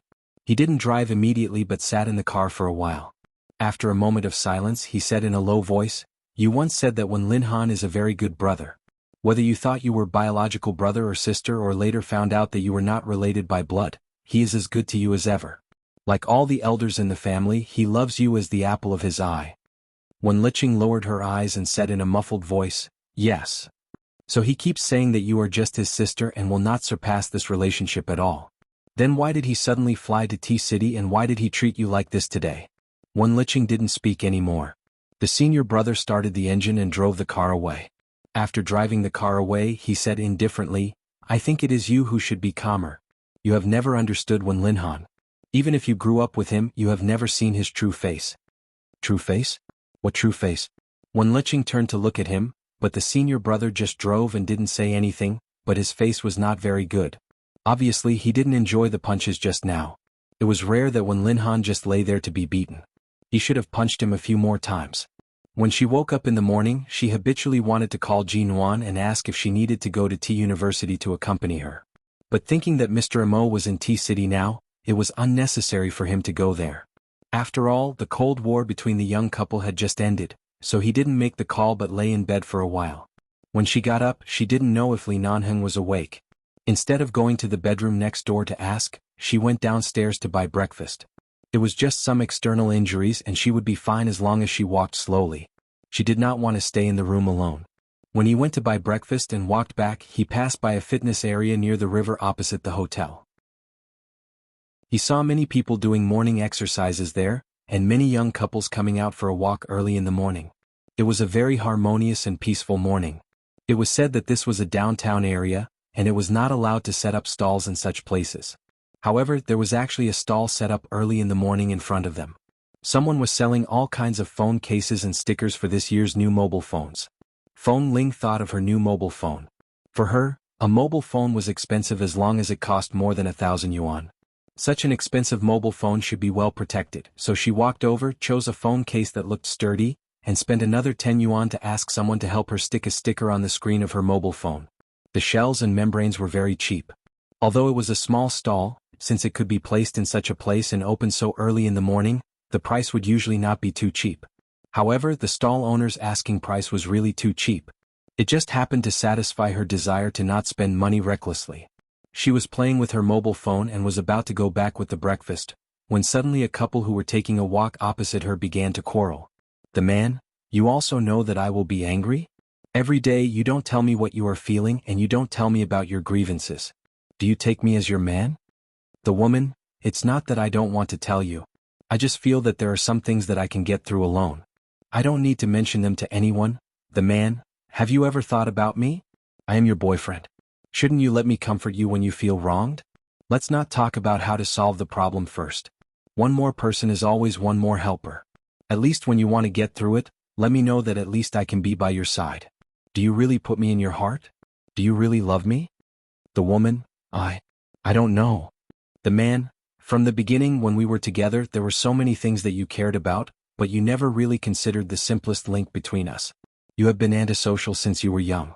Now that there is finally someone who is willing to dote on you and is willing to wait for you to accompany you, you still reject me thousands of miles away. I really have enough of you. Let's break up. The woman, listen to my explanation. The man, there is nothing to explain. You are not honest enough when it comes to feelings. I'm your man, but when you needed help the most, you never thought that I could be your backer. I'm not in your eyes at all. What else is there to explain? It's just that you don't love me enough. The woman, I am not. Just like that, the young couple pulled each other and quarreled as they walked away. Feng Ling stood where she was, holding her phone and falling into a state of absent-mindedness. The location of this outdoor fitness area by the river was directly opposite the hotel across the road. At the window of the hotel, Li Nanheng slowly looked at the little woman who was standing there in a daze. He took off the remote earphones, picked up his cell phone, and dialed a series of numbers. After the call was connected, he said mildly, "These two people's acting skills are stiff and their lines are ordinary. If it were anyone else, they would be able to tell at a glance that this is a lousy quarrel. Only Feng Ling, who has never seen others act, didn't see any flaws. Where did you find these actors?" The little couple, who were about to end their acting, suddenly received unsatisfactory feedback from the boss. Fearing that their money would be deducted, they hurriedly walked back along the original path while quarreling. When they passed by Feng Ling, the woman accidentally bumped into the breakfast in Feng Ling's hand and turned back to apologize to Feng Ling. "Feng Ling. It's okay." She took a step back and was about to leave this place. In the end, the young couple suddenly pushed and shoved each other to the side of the road under a tree. The man directly pressed the woman against the tree, imprisoning her between his arms and the tree. In a low and expressionless voice he said, "Why do you think I'm angry? It is because I love you. It is because I love you that I am willing to bear everything for you and bear all the burdens for you. You have always been so stubborn. Do you want to continue to be alone and helpless for the rest of your life? I am willing to be your support. What about you? When will you open your body and mind and let me hug you?" Chapter 11:19. Li Nanheng, who was in the hotel window, said lightly to the person on the other side of the remote earpiece, "More money." Hearing the moneymaker say so, the two people who were leaning against the tree acted even more and said all kinds of touching words from the bottom of their hearts. Feng Ling was a little puzzled and her heart trembled. She thought of everything that had happened to her and what Li Nanheng had done for her. She carried the breakfast that was about to turn cold in her hand and quickly walked across the road back to the hotel. When she entered the room, she saw Li Nanheng standing in the living room with a cup of coffee in his hand. He glanced at her with a sleepy expression and was about to walk into the bedroom silently. Feng Ling pursed her lips and walked in. "Don't sleep. Have breakfast." The man paused and turned to look at her back, who had already walked to the table. "What breakfast?" Feng Ling put the breakfast on the table. Her voice was flat, but it was less cold than a few days ago. Steamed buns, fried dough sticks, soy milk, porridge, and a box of side dishes. Hearing that she was a little conscientious and no longer rejected him, Li Nanheng quietly turned and threw the coffee cup back into the kitchen. He then turned back to the table and was about to sit down to eat when Feng Ling glanced at him. "Didn't you just get up? Don't you want to wash up before eating?" Li Nanheng. He got up, turned back to the bedroom and began to wash up for the second time today. When the man brushed his teeth and came out, Feng Ling had already finished her share. When he sat down, she was about to get up, but the man pushed the soy milk in his hand to her. "I don't drink this. Help me drink it." Feng Ling looked at him. "I don't have such a big stomach." Li Nanheng glanced at the lunch box in front of her. "You put 2 steamed buns and 2 fried dough sticks here for me, but you only ate 1 fried dough stick and a cup of soy milk. Are you eating cat food?" "Feng Ling, I'm not that hungry. I'll just eat a little." "Drink it." The man decisively pushed the soy milk to her. Feng Ling glanced at him and then at him. She saw that the man had already picked up the bun to eat. The way this man ate was very good-looking. It was not overly pretentious and elegant, but it was also not wolfing down the food. In short, it was that kind of manly. She had no choice but to take the soy milk, insert the straw, and drink 2 more mouthfuls. "What are you thinking about?" Li Nanheng looked at her as he ate, and there was a meaningful smile in his eyes. "When I woke up, I didn't notice that you went out. You, an injured person, ran out to buy breakfast. Have I trained you to be too independent over the years? You don't even give others a chance to enjoy being relied on." Feng Ling only drank the soy milk and did not speak. She then thought of the young couple she had just seen downstairs arguing. She was the same as that girl. She was too used to keeping everything to herself. She was used to not bothering others. Even if something really happened, she would keep it to herself. She was unwilling to say a word to others. However, if a person was willing to do anything for her and bear everything for her, but she often rejected him because of various reasons, wasn't she really too much? Li Nanheng did not express his dissatisfaction and anger like that man, but that time he whispered in her ear and asked her to remember what she said. Later, all kinds of indifference and brushing past him showed that he was really angry. What was he angry about? Was he angry that she didn't understand his heart? I got up early and couldn't sleep, so I went downstairs for a walk and bought breakfast on the way. It's not as complicated as you think, Feng Ling said lightly, but she looked at the man who was eating. She glanced at the man who was eating. After holding it in for a long while, she finally asked, "Is it delicious?" It was the first time in a long time that he heard Feng Ling take the initiative to ask something, even if it was just 3 short words. The smile in Li Nanheng's eyes instantly deepened. He took a bite of half of the bun, chewed, swallowed it and laughed loudly. "It's delicious." Feng Ling. Why did others say that Li Nanheng was so cold in front of them, but when she looked at him, she always felt that this man was like a fool. If it was delicious, then it was delicious. Why did he smile? The point was that when he smiled, he looked at her while smiling, as if it was not a bun but a golden pimple. Feng Ling didn't look at him anymore and continued to drink her soy milk, but at this time she glanced at the fitness area by the river opposite the hotel, took a look and then suddenly turned to look in that direction, and at the same time looked at her cell phone on the table. It was strange. When she was downstairs just now, there were people selling things there so early in the morning. How long had it been? Why did the stall disappear? Was it sold out? No, there were still a lot of people just now, and it was so early now. Few people would buy things, so it couldn't be sold so quickly. It hadn't even been half an hour and the stall was already gone? Feng Ling looked in that direction thoughtfully. Li Nanheng also looked in that direction because of her gaze. Noticing what Feng Ling was looking at, he suddenly coughed and raised his hand to say, "Give me the soy milk. I'm choking." Feng Ling hadn't come back to herself.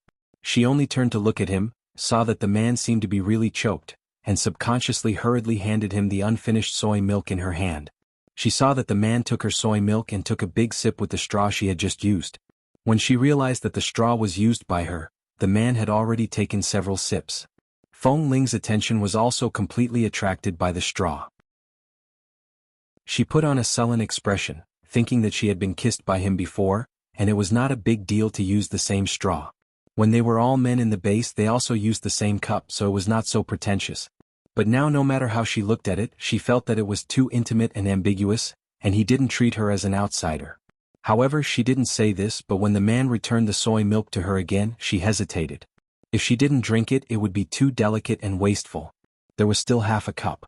If she drank it, it seemed, after hesitating for a while, she still lowered her head and continued to drink, but this time she lowered her head even more, as if afraid that the man would see her somewhat hesitant expression. Glancing at her unscrupulous but somewhat hesitant expression, Li Nanheng held back his laughter, glanced at the phone she had just changed to the novice case and smiled without a trace. "Where did you buy this breakfast? Tastes good. I'll buy 2 more tomorrow morning." The man tried to find something to talk about. Feng Ling lowered her head and said, "No need. I know which store it is. I'll go buy it tomorrow." Chapter 11:20. Li Nanheng's smile widened when he heard that she would continue to stay here and help him buy breakfast the next morning. "With your injury, are you sure you can walk that far?" "It's not that far. I'll buy breakfast in the morning and take in some fresh air. It's good for the body." Feng Ling was still drinking her soy milk and did not notice that the man was grinning from ear to ear. "All right then, thank you for your hard work, Miss Feng." Feng Ling paused and suddenly looked up at him. The man's expression had returned to normal. When she looked up, he met her gaze calmly. Feng Ling was speechless. Why did she feel that something was wrong? But she could not tell what was wrong. The next day, Feng Ling went to buy breakfast on time. When she passed by the area by the river, she saw a small stall selling things. However, it was not as lively as it was yesterday, and there were not as many couples coming and going. That night, because Feng Ling had been injured for 2 or 3 days, she could apply the medicine herself most of the time and did not need to trouble Li Nanheng. She insisted on doing it herself, and Li Nanheng did not force her to do anything. Therefore, by the time she sat on the bed with the medical kit and applied the medicine, it was already very late. Wen Liqing called. Feng Ling, how have you been recently? Hearing that Wen Liqing's voice was a little hoarse, Feng Ling said with concern, I'm fine, it's nothing. I just suffered some superficial wounds a few days ago. I was afraid that you would be worried, so I didn't tell you. Now the wounds are basically healed. Injured? Wen Liqing raised her voice. Where are you? When Feng Ling went downstairs today, she paid special attention to the surroundings and the name of the hotel. A hotel near the river in the city. I think it's called the Golden City Hotel. I'll visit you tomorrow. No need, what's wrong with your throat? Nothing, I haven't slept well for the past 2 days. In addition, there was a lecture at the medical school today. I sat there with a few of my seniors and talked for the whole day, so my throat is a little hoarse. Feng Ling instinctively felt that Wen Liqing's low spirits had something to do with Dr. Wen, but she did not ask too much. Feng Ling, do you still plan to go back to America? The United States? I've never thought about it. I don't have any friends anywhere, so I'll just work wherever there's a suitable job for me. Mrs. Mo's place isn't a long-term place. As long as the crisis is over, I'll definitely leave. Which normal person would have a bodyguard by their side all the time? It's too redundant. She didn't have a fixed residence. Originally, it didn't matter where she went. She had never thought about where she had to go or where she had to stay. I plan to travel around the world after my speech in the city ends. If you have time, why don't we go together? All over the world? I heard that the countries around the world aren't as peaceful as they seem. Many Western countries are affected by the chaos of war. If you really want to go out, you'd better make a safety plan first. Why are you like my brother? You're so concerned about the safety of others. I'll look for you tomorrow. You've been staying in that hotel recently, right? Okay, give me a call before you arrive. Before hanging up the phone, Feng Ling comforted Wen Liqing with a few words, lest Wen Liqing's slightly depressed mood continue. When she put down the phone, she suddenly raised her eyes and looked at the man who was standing in front of her bedroom door. She was shocked. She was so alert that she didn't even notice when Li Nanheng entered the door. Sure enough, the only person in the world who could make her lose her alertness and come and go without a trace was Li Nanheng. You didn't even knock before coming in? I was about to knock, but I heard you talking on the phone, so I didn't want to disturb you. Feng Ling adjusted her pajamas. Because she had just changed her dressing, a few buttons of her pajamas were still undone, revealing more than half of her shoulder. She adjusted her pajamas without batting an eyelid. It's already so late. Why are you looking for me? Li Nanheng did not enter. He was still leaning against the door frame. Wen Liqing wants to go out for a walk and wants to bring you along? Yes. He smiled. You haven't been out before. At most, you've been to 2 or 3 places when you were on missions, and most of the time, you were with the people in the base. How do you know that there are so many unknown dangers out there? You're usually so arrogant, but now you know how to persuade Wen Liqing not to wander around and scare her with all kinds of dangerous words about war-torn countries. You don't want her to go too far, so you want her to stay and continue to create opportunities with Dr. Wen, right? Feng Ling, I didn't think so much. Li Nanheng's cold brows moved slightly. I've never heard you speak so gently to anyone. You're so patient and comforting and coaxing. It seems that you have a good relationship with Wen Liqing. As he spoke, the man stood up straight and strode towards her. Feng Ling saw him approaching and suddenly did not know where to put her hands. She subconsciously touched the medical kit beside her. What are you doing? She paused and said, Li Nanheng, it's very late now. Why aren't you busy with your own things or resting in the bedroom? Why are you here? The man stood in front of her, bent down, and leaned over little by little. Feng Ling's hand clenched on the medical box. She was not forced to retreat by his aura, but her eyes were obviously a little guarded. His breath came closer and brushed through her pores. Her nose was full of the man's scent. She still remembered the conversation she heard from the young couple yesterday morning. I like you and love you, so I'm willing to take on everything for you.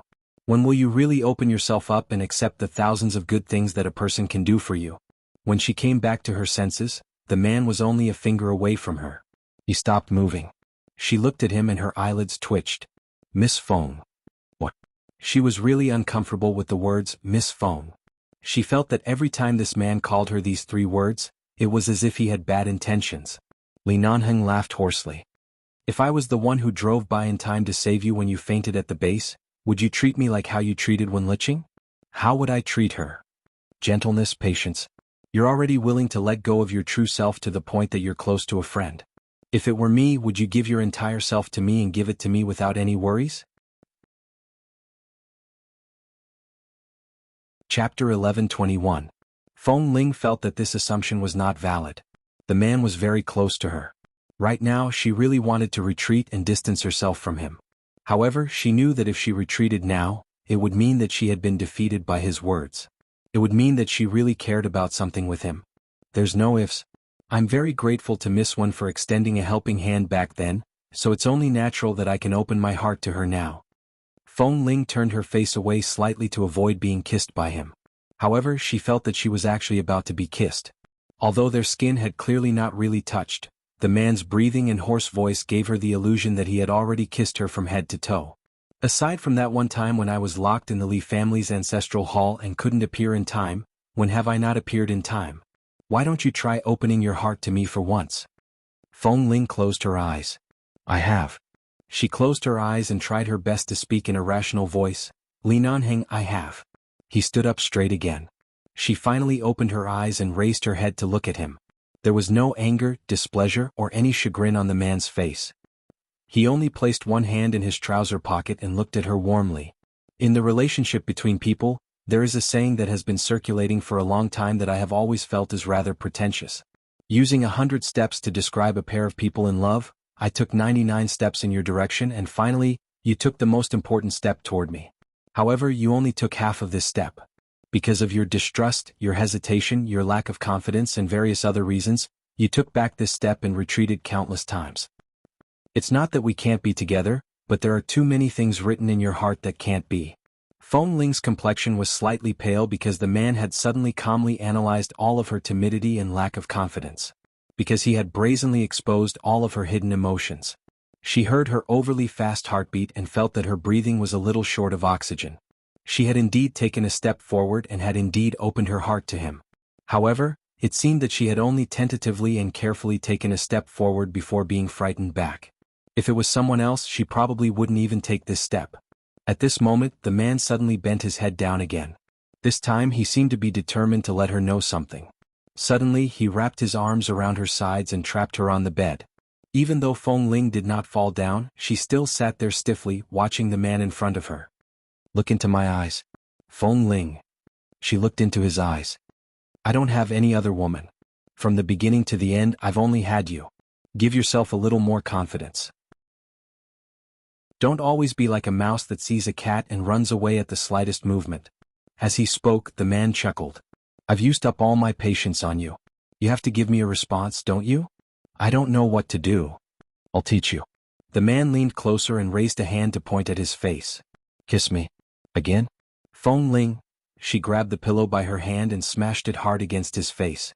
At the same time, she pressed his face hard and didn't stop until the man was pushed far away. He didn't force her to kiss him. He just smiled and held the pillow in his hand. Looking at the short-haired little woman sitting on the bed who didn't know what to do and looking at her expression, he chuckled. Is Wen Liqing coming to see you? And tomorrow. In the next 2 days, I'll be attending some activities related to the Li Corporation's domestic partners. There's also a banquet. Do you want to attend? Banquet? Do you want me to attend as your bodyguard? Feng Ling asked. He raised his eyebrows high. What do you think? Feng Ling didn't want to say it. She pointed to the door and said, It's too late. I'm going to sleep. Go out. The man wasn't annoyed at all. With one hand in his trouser pocket, he looked at her from the side. It wasn't until the little woman was about to explode from his stare that he walked out with a chuckle. Good night. The man switched on the main light in the bedroom, leaving only a dim yellow wall lamp by the bedside. Li Nanheng. When the door was about to be closed, Feng Ling suddenly called him. He paused. I grew up drinking wolf's milk. I'm not feminine at all. I'm not reasonable either. Why do you like me? Indeed, I'm not reasonable enough. I don't King know why I like you. Feng Ling, oh. Hearing the little woman's muffled voice under the quilt, Li Nanheng put one hand on the door frame and glanced at her. Miss Feng. Speak. Do you need me to bring a knife over right now? You can dig out my heart and see if it's carved with the words little wolf girl, you heartless bastard? Feng Ling pulled the quilt over her face and said in a muffled voice, Go out. Don't talk so bloody. I don't want to have nightmares. Good night. The smile on the man's lips deepened. Sweet dreams.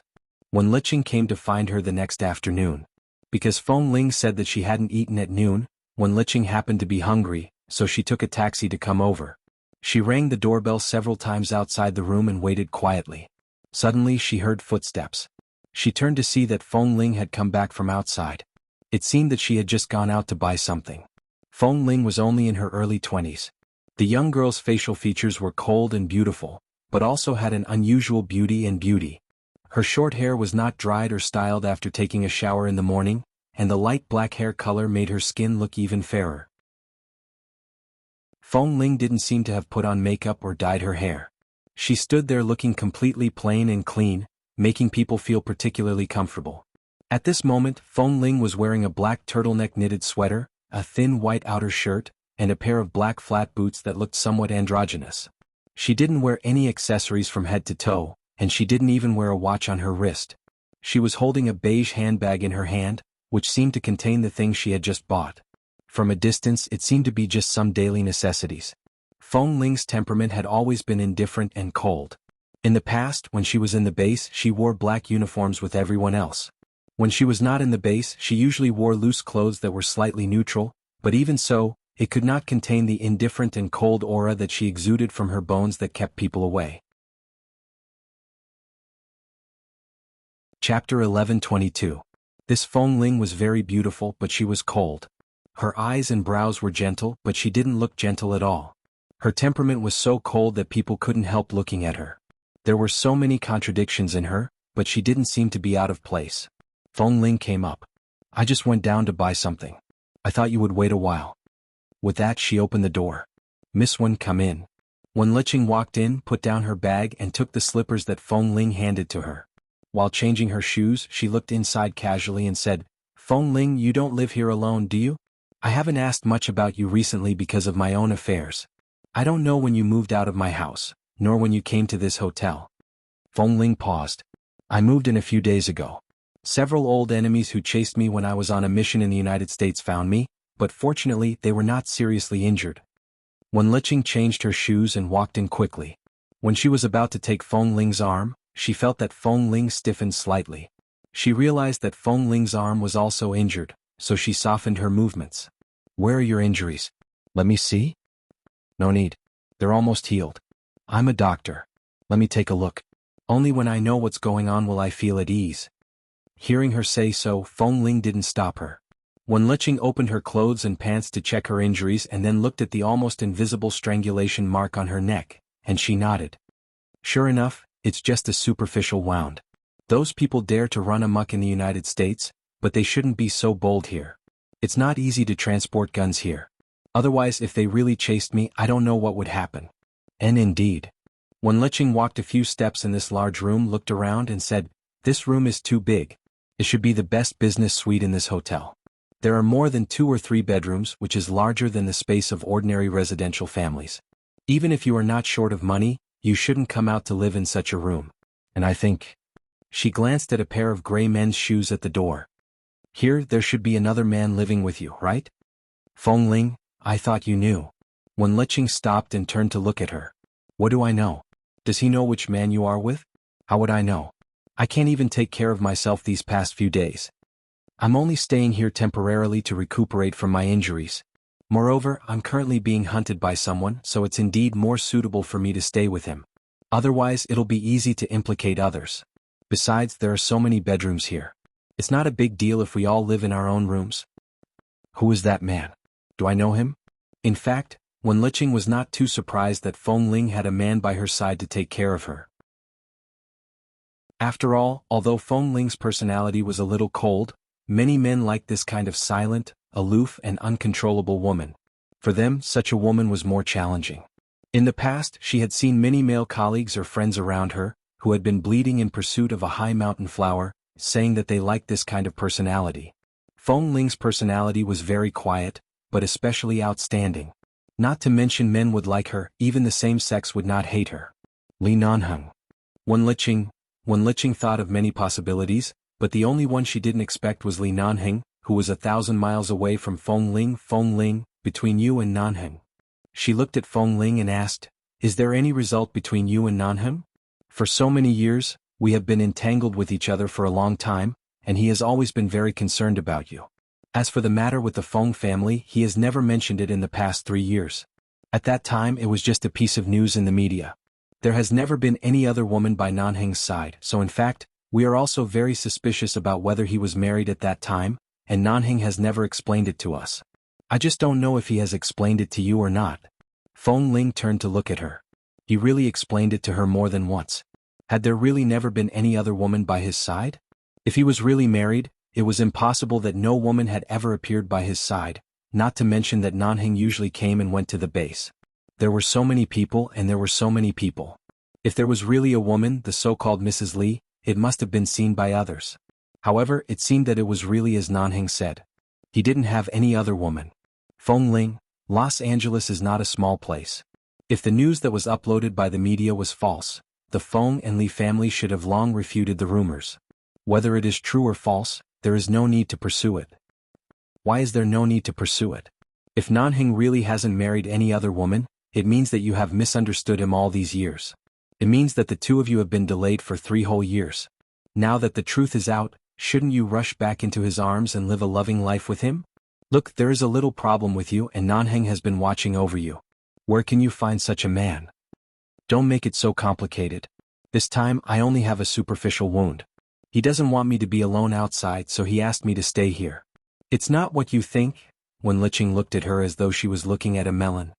Can you tell me, have you ever been serious about Nanheng? Feng Ling was silent for a while and did not answer.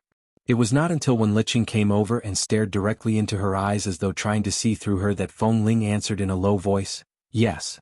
Wen Liqing instantly smiled. Recently, because of her brother, she had not smiled like this, but now she was in a good mood and said with a smile, that's easy. In fact, he and I are too familiar with each other in the base. Perhaps at that time, because I was the only woman in the base, he had no other place to express his feelings, so he just made do with me. Wen Liqing. It was said that men's EQ was not as high as women's, and the words blockhead were often used to describe men. But now, these 4 words were really appropriate to describe Feng Ling. Make do with me? Do you want to say that you just made do with me? Maybe. Wen Liqing's eyelids twitched, and her eyes inadvertently swept at the person who suddenly pushed the door open. Chapter 11:23. Knowing that Feng Ling was deliberately being stubborn, Wen Liqing couldn't help sweating for her and subconsciously cleared her throat to remind Feng Ling to pay attention to her words. Feng Ling still looked at her calmly. There are so many men in the base.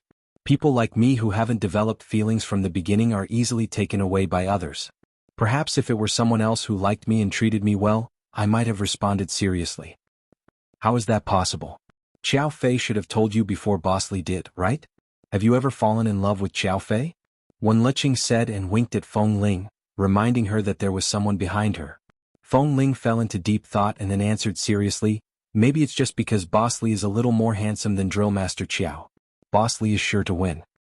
Wen Liqing squeezed out a smile. Really? I think Xiao Fei is also very handsome.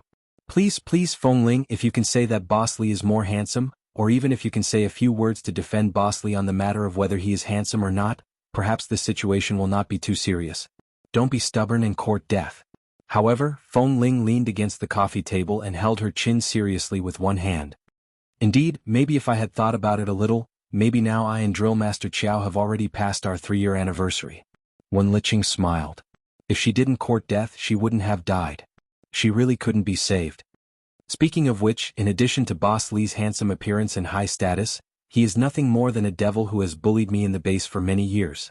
What on earth made me fall in love with him? Come to think of it, the last thing I should have done was... Wen Liqing suddenly stared at the direction behind Feng Ling and suddenly raised her voice. Nanheng. Before Feng Ling finished speaking, she was about to say the second half of the sentence when her voice suddenly froze. She turned around and looked back. The man in a black shirt was standing quietly, unhurriedly rolling up the cuffs of his shirt. At the same time, he gave Wen Liqing a faint smile and greeted her in a normal tone. Isn't your brother also in City C? Why does he have time to come here? As he spoke, the man approached with his strong and slender legs, but his eyes did not look at Feng Ling. You've been in C City for some time. When do you plan to return to America? All the words were directed at Wen Liqing. I've signed a contract with the medical school in the city. I have to stay there for at least 3 months before I can move. Wen Liqing felt the atmosphere was a little awkward, so she gestured to Feng Ling to explain quickly. When Li Nanheng walked past, he glanced at the coffee table. He seemed to be smiling politely, but his voice was indifferent. "Miss Wen, what would you like to drink? I see that your complexion is very ordinary." "Forget about the drinks, how about a cup of tea? There are all kinds of flower tea in this hotel. It's a good choice for ladies." "Anything is fine," Wen Liqing answered eagerly. 5 minutes later, Li Nanheng came over with 2 cups of high-quality roses and placed them on the coffee table in front of them. Wen Liqing quickly said, "Thank you." "You guys talk first, I'm going to change my clothes," the man said indifferently. All right. Wen Liqing felt that she had known Li Nanheng for so many years. They grew up together, but this was the first time she felt that she had to be so careful when talking to him, for fear of igniting the fire. Li Nanheng nodded and turned to go to the bedroom. It was not until the bedroom door opened and closed that Feng Ling looked at Wen Liqing silently. Wen Liqing was also helpless. She looked at Feng Ling's obviously deflated expression. "Now you know that you said something wrong? I've been reminding you just now. Why didn't you notice it?" "Feng Ling, I thought you just had a sore throat. You usually say that you are a very quick-witted person. Why do you become so slow when it comes to Li Nanheng?" Wen Liqing raised her hand to touch her forehead. "I think he is most likely angry. Think of a way to coax him. I originally wanted to talk to you because I was in a bad mood, but now I'm not in the mood to talk to you. Hurry up and solve your own problem." Wen Liqing directly left. She did not dare to drink the flower tea. She was afraid that Li Nanheng would directly poison her because of his expression. In the bedroom, the man had just taken off his shirt and was about to pick up the black t-shirt on the side to put it on. Feng Ling knocked on the door, but there was no response from the person inside. She simply pushed the door open and entered, only to see that the man was shirtless and was about to change his clothes. Seeing that he was not wearing any clothes, she hesitated. Originally she wanted to leave, but then she thought that it was not the first time she saw him, so there was nothing to avoid. However, she didn't know whether it was good to go in like this, so she stood in front of the door and hesitated. The man had just picked up the t-shirt and turned to look at her. "What's the matter?" Feng Ling pushed the door open and walked in. She tried her best to shift her gaze away from the man's perfect figure. She stared at his lowered profile and asked, "Are you angry?" "Why am I angry?" Feng Ling approached a little and asked tentatively, "Did you hear what I said to Miss Wen just now?" Her mood instantly sank a little. "I didn't mean that." Li Nanheng spread out the t-shirt in his hand, put it on his head and very quickly put on his clothes. At the same time, he turned to look at her indifferently. "What do you mean?" "What I said just now, I just said it casually, but what I thought in my heart is not what I expressed with my mouth." He nodded. "So what you're saying is that the only good thing about me is that my appearance is also fake and I have nothing good about me?" "No, are you really angry?" The man raised his eyebrows indifferently and glanced at her indifferently. He seemed to find her question very funny. "You're right. There are so many people in the base, but only 2 people found out your gender. Perhaps as early as before me, if more people found out and more people pursued you, I would have nothing to do with it. This is the truth and there is nothing to be angry about." She was a little confused because of his words. She seemed to understand but also seemed to not understand. She felt as if he was mocking her for not treating him as the most special one at all. Instead, she said that she was being serious, but she was just being passive. Everything that happened between the 2 of them was just a perfunctory brushing over. She wasn't really low in EQ. She looked at him and said awkwardly, "Don't be angry. I really didn't mean it that way." The man said unhurriedly, "I was the one who asked for it. I delayed your and Xiao Fei's 3rd anniversary." Chapter 11:24. "I didn't mean it. I just said it casually. I don't have any feelings for Drill Master Qiao." Feng Ling was forced to spit out these words helplessly. Li Nanheng glanced at her coldly and did not answer. "Although I have a good relationship with Miss Wen and I really treat her as a friend, I'm not good at telling others about my feelings and thoughts. When she asked me, I just wanted to be more open-minded. I didn't want to make it seem like I can't be without you." The man still did not speak but raised his cold brows slightly. I just thought you couldn't hear me, so I joked with Miss Wen. In fact, it's not like that. There are so many brothers in the base. To me, brothers are just brothers. I didn't know anything about feelings. If I didn't meet someone who moved my heart, I wouldn't respond to them. Whether it was Qiao Fei, the head coach in the martial arts club, or that Chen Beiqing, I just treated them normally and didn't have any feelings for them. Only for you. I was afraid because I cared about you. I was afraid that I liked you too much and I was afraid of getting hurt, so I retreated, but I didn't mean to compromise. You are the only one. I didn't compromise. After saying so much, Feng Ling didn't know what she had said. She just felt that what she had said earlier could easily be misunderstood. She didn't like misunderstandings, and even more so, she didn't like misunderstandings caused by her words. She was eager to explain, but she didn't realize that in these few words, she had unabashedly dissected her true self. The man's eyes were still emotionless. Feng Ling was really anxious. She didn't know what she was anxious about, but she could only say two words, "Boss, Li Nanheng, I got it." Although he said he got it, it was clear that he didn't intend to listen to her explanation. Feng Ling felt that the top of her head was about to emit smoke. She stood there looking at him and didn't move. At this time, Li Nanheng also glanced at her. "I'm going to change my pants. Are you going to stand there and watch?" Feng Ling's expression froze, and the unknown fire in her heart burned her eyes. Especially when she saw him raise his hand to unbuckle his belt, she felt her eyes hurt even more. With a swish, she turned her back. "I won't look at you. You change your pants. You're not going out?" "No. I'll go out after the misunderstanding is cleared." The man glanced at her back, smiled slightly, and went to change his pants. Feng Ling's back was facing him. She could hear the sound of the belt being unbuckled, the sound of the man changing his pants, and finally the movement of the belt buckle. However, before he could say that he was done changing, she thought about it and didn't turn around immediately, afraid that she would see something she shouldn't see. In the base, men often went out to train bare-chested, so she could barely accept a man's upper body, but not his lower body. Seeing that she was still standing there stiffly, Li Nanheng casually took off the watch on his wrist and placed it on the bedside table. He said, "You also know that you were misunderstood, so you tried to explain it clearly. The feeling of being misunderstood is not good, so in the past 3 years, you hid for 2 years and denied everything that happened. No matter how indomitable a man is, his heart is not made of stone. You threw my heart to the ground so many times. How do you think I feel?" Feng Ling frowned and turned back to look at him. "Even the words that come out of your mouth can be against your heart, let alone the things that the media exaggerated." The man looked into her eyes and said, "Although there is no smoke without fire, and the media wouldn't report it so openly without a reason, have you ever given me a chance to explain? Right now, I'm standing in front of you. You want me to listen to your explanation. Even if you don't want to go out, you have to make it clear. You also know that you feel wronged and anxious. Then how did I spend the past 3 years and Feng Ling, have I explained it to you?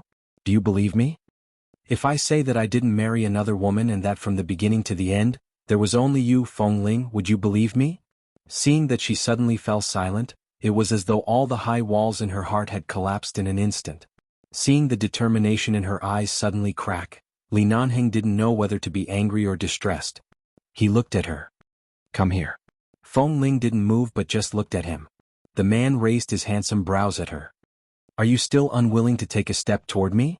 Feng Ling paused, raised her feet slightly, and then slowly took a step toward him. This step was not very big and there was still at least 2 meters between them. She looked at him and took another step until she was right in front of him. The man looked at the woman who was finally willing to take a step towards him. Her eyes were filled with the grievance and anxiety that she had held back for 3 whole years. Her eyes were a little red, but she refused to let the tears fall. She just looked at him. "Look at your aggrieved appearance."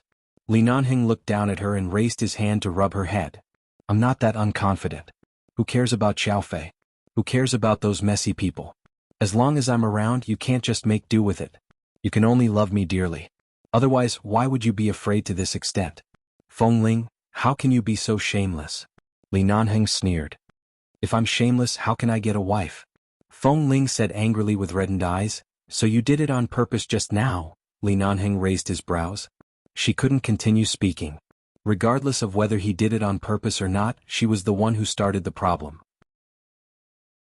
If she hadn't been so stubborn just now and suddenly explained herself in a moment of desperation, she wouldn't have made herself so awkward.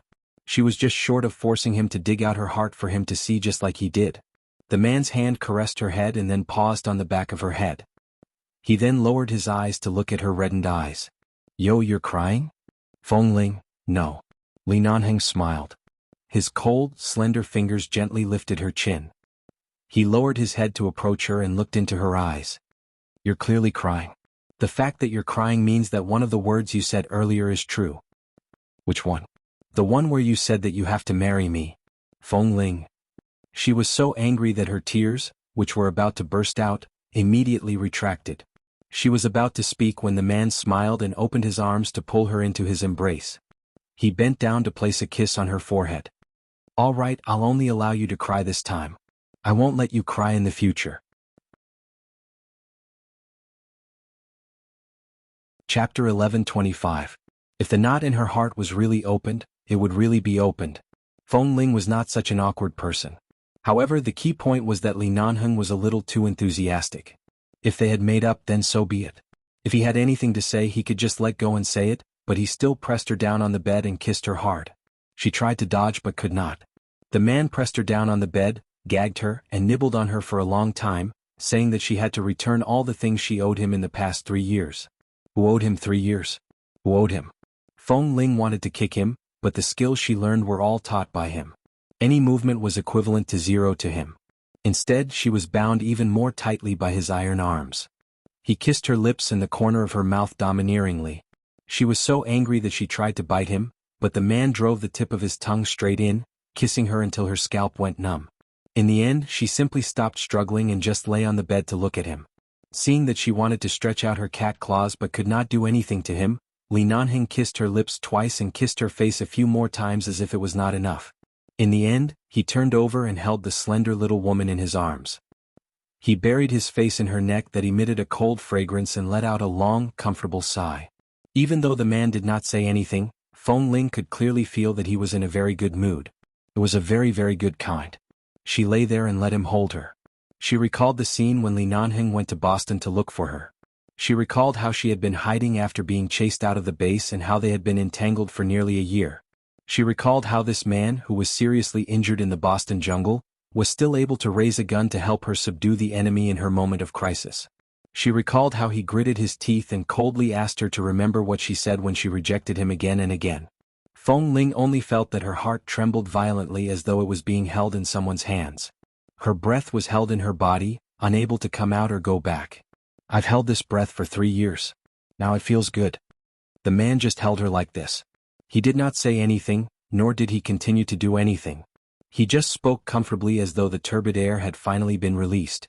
Feng Ling bit her cheek silently and inadvertently tightened her grip on the man's t-shirt. She couldn't help smiling. At this moment, the man suddenly lowered his head to look at her. Feng Ling immediately flattened the corners of her lips and continued to maintain a calm expression. Li Nanheng ignored her expression and happily kissed her forehead. He then continued to hold her and let out a long, comfortable sigh. Comfortable. It was comfortable again. She was not comfortable being held like this all the time. Feng Ling struggled to get up but was unable to do so. She could only say, "Earlier Miss Wen came to look for me for lunch, but she left without eating." Well, it's fine. She's not an outsider. I'll just find time to make it up to her. The man hugged her and refused to let go. His voice was low and hoarse, but strangely, she could tell that he was still very happy in his heart. Feng Ling, I haven't had lunch either. What do you want to eat? The man looked down at her again. Eat anything in the hotel or you can eat in the room. Then ask the hotel staff to send it up. Wait. Li Nanheng rubbed her head, messed up her hair and got up to pick up the phone. Feng Ling finally regained her freedom. She got up on the bed in his bedroom and turned to look at the clothes on the man's body.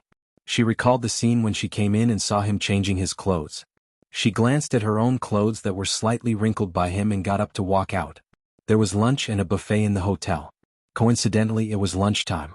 She made a call and in less than 10 minutes the staff came in with a dining cart.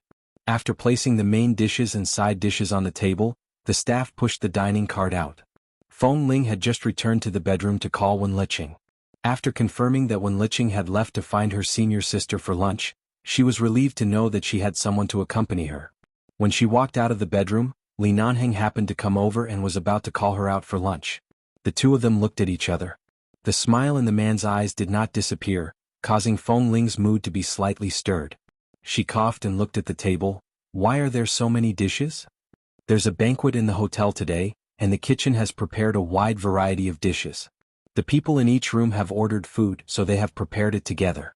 Usually it's not so sumptuous. Li Nanheng gestured for her to sit down. Feng Ling walked over and sat down. Seeing that there was even matsutake soup on the table, She guessed that the person holding the banquet in this hotel today should not be ordinary. Then she recalled that Li Nanheng said that he had to attend an event with a partner related to the Li Corporation today. He did not say whether it was in this hotel or somewhere else, but he did come back quite early. He was so early that she almost got angry when she was unprepared. Li Nanheng sat down and watched as she carefully placed the tableware and then scooped some soup to drink. From the looks of it, she was really hungry.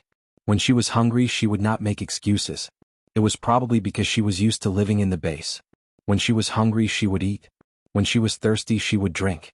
There was no need to be shy about anything. Everyone was comfortable. Previously, because of her words that she might be dating Xiao Fei for 3 years, although his impetuous mood had been soothed, now that he saw her eating, the ice and snow in his heart really melted. This mood came out of nowhere. He even felt that the little woman in front of him, with her soft and clean light black short hair, looked more and more pleasing to the eye. She no longer looked at him coldly and looked even more beautiful. I have to go to a meeting in the afternoon. I'll probably be back after dinner. You can eat by yourself tonight. Oh, Feng Ling responded as she ate. When they had just reconciled, didn't they look like a young couple who had been separated for a long time and should be very clingy? However, this attitude of Feng Ling's made Li Nanheng not know whether to laugh or cry. Don't you want me to come back earlier? I do, but it's rare for you to be busy with matters outside the base. Elder Li's health is not good right now. No matter how much you reject the Li family's matters, there will inevitably be a lot of things to deal with. You already said that you will come back after dinner. Should I ask you not to go? Feng Ling said as she scooped a bowl of soup for him. Then, to show my sincerity, I'll reward you with a bowl of soup. Li Nanheng picked up the soup in satisfaction, but he said, You are obviously not sincere. Then how do you want me to show my sincerity? I haven't run away with other men in the past 3 years. Is that not sincere enough? Chapter 11:26. That's because you met the best man when you first opened your eyes. No one else can enter your eyes, the man said as he blew at the soup in the bowl and took a sip. Feng Ling, so shameless. Wash up and wait for me to come back tonight, the man suddenly said when he put down the bowl. Feng Ling had just picked up a mouthful of food and was about to put it into her mouth. Hearing his words, she paused and looked up at him. What? The man glanced at her meaningfully. What? What did you say just now? Wash up and wait for you? Feng Ling glared at him. Li Nanheng is your purpose. Don't you take a shower before going to bed?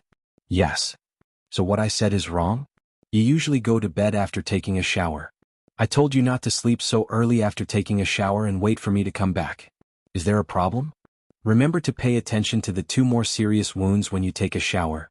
Try not to touch water for the time being. Seeing that she was holding a pair of chopsticks and looking at him without eating or speaking, Li Nanheng smiled. What did you think I said just now? Feng Ling did not answer but lowered her head and ate 2 mouthfuls of food. When she recovered and returned to Mrs. Mo's side, she should find Xiao Ba and Mrs. Mo to learn how to play tricks in front of a man. Otherwise she would really be controlled by Li Nanheng. In the afternoon, Li Nanheng went out as expected. Feng Ling changed her dressing and had nothing to do. Although she was only a transfer student, she still had to take the exam with Jin Wan. Whether in front of Mrs. Mo or Mr. Mo, she couldn't rely too much on them. After all, she couldn't be too good at superficial grades. So yesterday she asked the hotel staff to bring 2 books from the dormitory and sat by the window to read and do the questions. Because Li Nanheng said he would come back after dinner, in the evening Feng Ling was sleepy from tutoring, so she simply closed the book and curled up on the sofa by the side to take a nap. As a result, she slept for more than 3 hours. During the meeting, the new secretary of a CEO of a partner spoke to Li Nanheng from time to time, occasionally handing her documents, and occasionally standing eagerly by her side to tell her the details of the cooperation and the exhibition on the big screen in front of her. Li Nanheng just stood there silently, looking at the exhibition in front of him. He had no interest or patience in this Secretary Chen who was full of the smell of perfume. Secretary Chen watched as the CEO Li stood at the side of the crowd with an indifferent expression. He was clearly today's honored guest, but he insisted on standing at the furthest point from the crowd as if it had nothing to do with him. Secretary Chen looked at this handsome man in a black coat, standing tall and straight. He only felt that this kind of man was unapproachable when he wore a suit and shirt, but when he took off his clothes, he was definitely a sexy man with an excellent figure. After all, from afar he could feel the invisible sense of oppression that this CEO Li exuded. Even if he did not express any oppressive intent, just by standing here, some people's aura was already different from others. She also heard that this CEO Li had an unusual identity in America. Even though she did not know what his identity was, even their CEO had to be respectful to people from the Li Corporation. It was clear that his status was not simple. She was a university student who had just graduated. In order to climb all the way to the position of CEO's secretary, she had used all kinds of means. Now that she had finally sat in the position she wanted, she looked at the 50-year-old CEO and then looked at this CEO Li. It was simply the difference between clouds and mud. This Li Nanheng had a natural charm that made women want to go to bed with him as soon as they approached. CEO Li, look at these. These pictures all have the details of the various departments. It's just that I was in a hurry today and didn't bring them. How about after this meeting, I'll accompany CEO Li to our company to look for those detailed pictures. Then we can go out for a meal alone. I'll tell you about these in detail during the meal. The air was mixed with the smell of various perfumes. Under the rising heat of the air conditioner, Li Nanheng felt even more disgusted with these women who approached him. He glanced at the time on his wrist. After a moment, he finally looked at the woman who had been chattering non-stop. The Li Corporation did not directly accept your company's bidding documents. The detailed pictures and whatnot are being screened by the various departments of the company. Before they are accepted, it's still too early to show me these trivial things. Secretary Chen immediately smiled tactfully. When she looked at him, there was light in her eyes. She said sweetly, CEO Li, I'm very confident in our company's exhibition pictures. If we didn't have a first-class design team, we wouldn't be so confident. If you come with me to see these detailed pictures, I'm sure you'll be even more satisfied. Li Nanheng's expression was indifferent. He picked up the champagne from the side and expressionlessly turned to leave. It was as though he had not heard her words at all. Secretary Chen saw his indifferent expression and was about to rush over. However, at this moment, two bodyguards dressed in black appeared out of nowhere and directly blocked her way. Hey, what are you doing? Secretary Chen saw that they were deliberately blocking her way and immediately widened her almond-shaped eyes in anger. The two bodyguards expressionlessly continued to block her way. They did not speak or explain until Li Nanheng was far away. After confirming that this love-struck secretary would not find an opportunity to pester him again, the two of them silently retreated. Secretary Chen rushed into the crowd again. After looking for a long time, she could not find CEO Li. She immediately stomped her feet in anger. Perhaps learning about financial knowledge was really an effective method of hypnosis. Feng Ling slept especially soundly. In the end, she was still woken up by a phone call. She groggily picked it up and heard a familiar voice. I'm going back soon. Have you eaten tonight? I'll buy some for you to eat. She was stunned for a moment. She slightly sobered up and rubbed her forehead on the sofa. Boss? Her voice was somewhat hazy and hoarse, as though she had just woken up from sleep. Li Nanheng paused on the other side of the phone. Were you sleeping earlier? And I accidentally fell asleep. Feng Ling sat up and glanced at the time.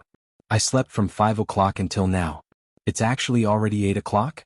As she spoke, she directly stood up to turn on the lights. At the same time she circled the room. There was indeed nothing to eat. She heard that the call had not been hung up. The man seemed to be driving. She said, then just buy something to eat. Halfway through her words, she suddenly thought of something. Are you done? Li Nanheng, I've already said that I'm going back soon. Did you sleep until you lost your memory?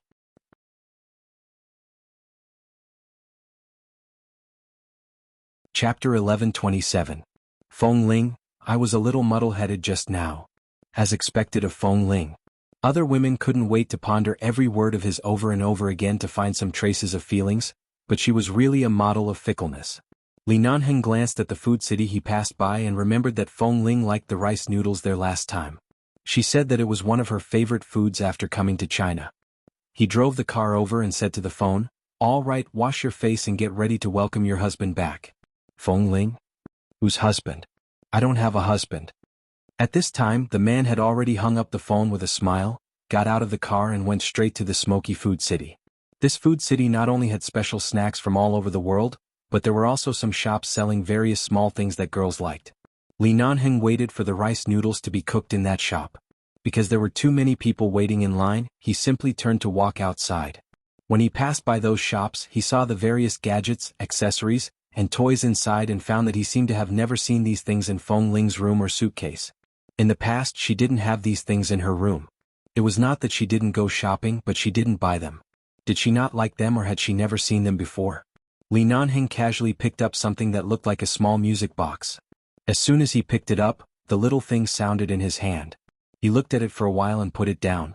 It was not suitable for her. If he bought it back, it would probably be smashed by her in a few minutes. He turned to look at the handmade knitted scarves on the side.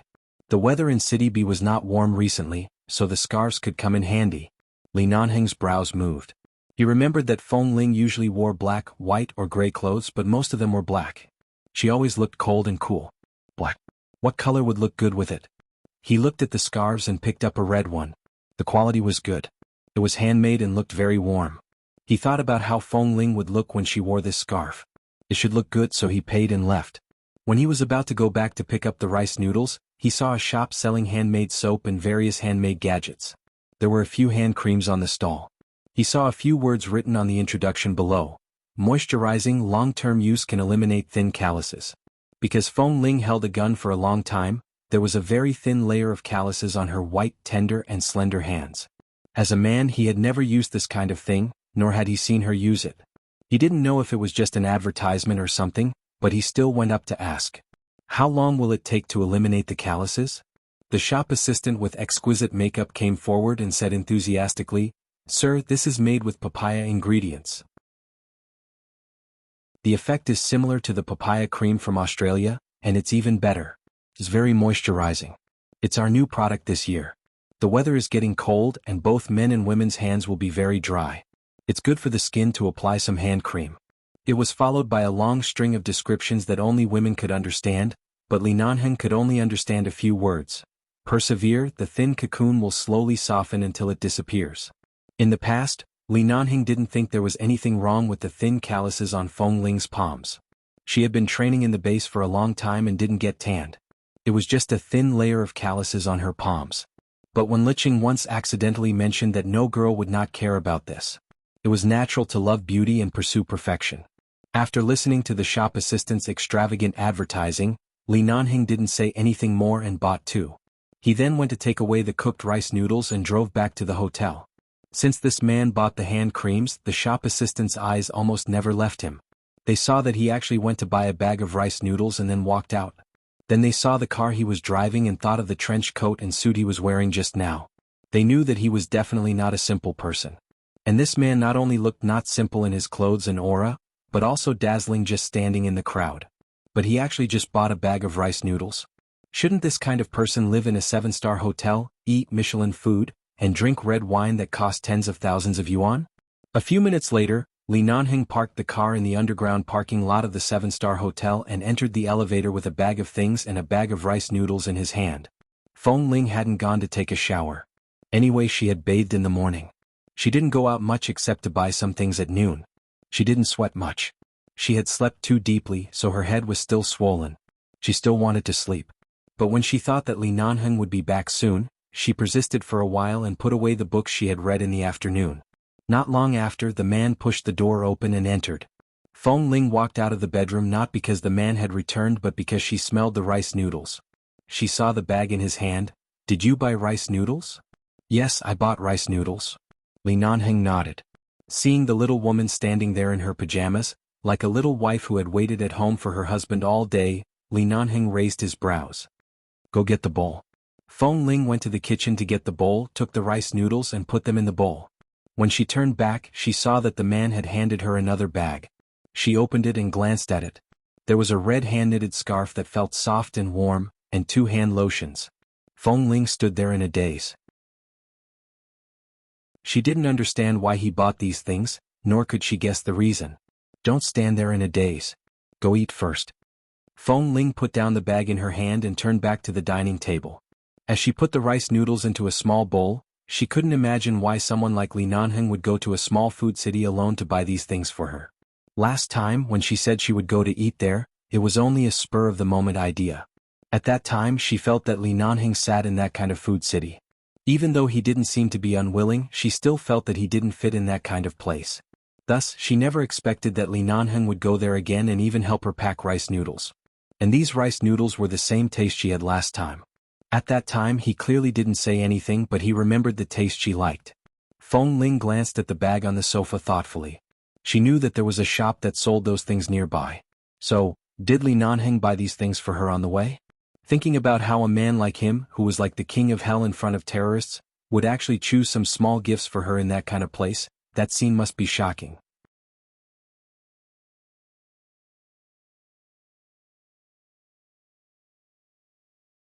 Chapter 11:28. Feng Ling was indeed hungry and began to eat at the dining table. After eating a few mouthfuls, she saw Li Nanheng passing by the dining table. He first entered the bedroom to change his clothes, and then he passed by the dining table again.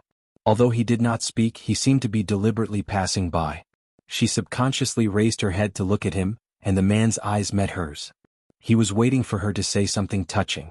After all, he knew that she definitely wouldn't like those messy luxuries. However, this bowl of rice noodles that couldn't be any more ordinary could win her heart.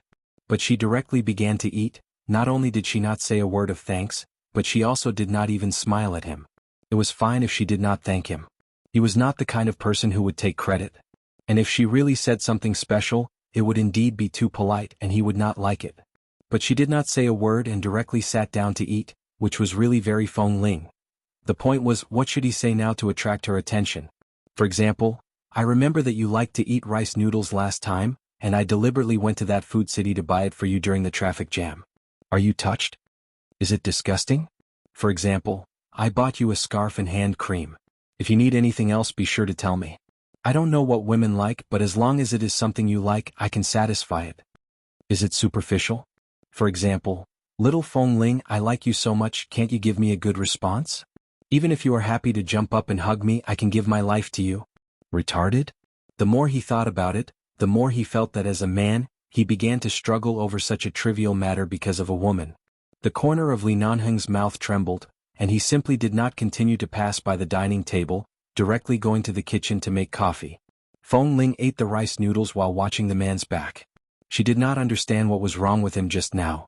Could it be that he did not eat tonight and wanted to eat a few bites? But that was not right. If he really did not eat, he definitely would not only buy a small portion, and this was only a small one, not a large one, so it was not possible. Then why did he look at her and the rice noodles in front of her with burning eyes? Hearing the sound of the coffee machine in the kitchen, Feng Ling was puzzled for a moment, and then lowered her head to eat the rice noodles. In fact, it was mainly because she didn't know what to do if she didn't eat. After she slowly finished eating, she heard the sound of the coffee machine in the kitchen stop. Feng Ling hesitated for a moment, stood up to clean up the dishes and brought them into the kitchen. Seeing that the man was standing in front of the coffee machine, deep in thought, she cleared her throat. Boss, move aside. I'll wash the dishes. Li Nanheng turned to look at her. Originally, he wanted to say that he could leave the bowl here, but when he saw her lowered eyes, his mood instantly brightened up. Was she shy? Feng Ling did not look at him directly. Seeing the man take half a step to the side, she walked over to put the bowl and chopsticks in her hand in. She did not pay attention to the dishwasher by the side, turned on the tap and began to wash the dishes.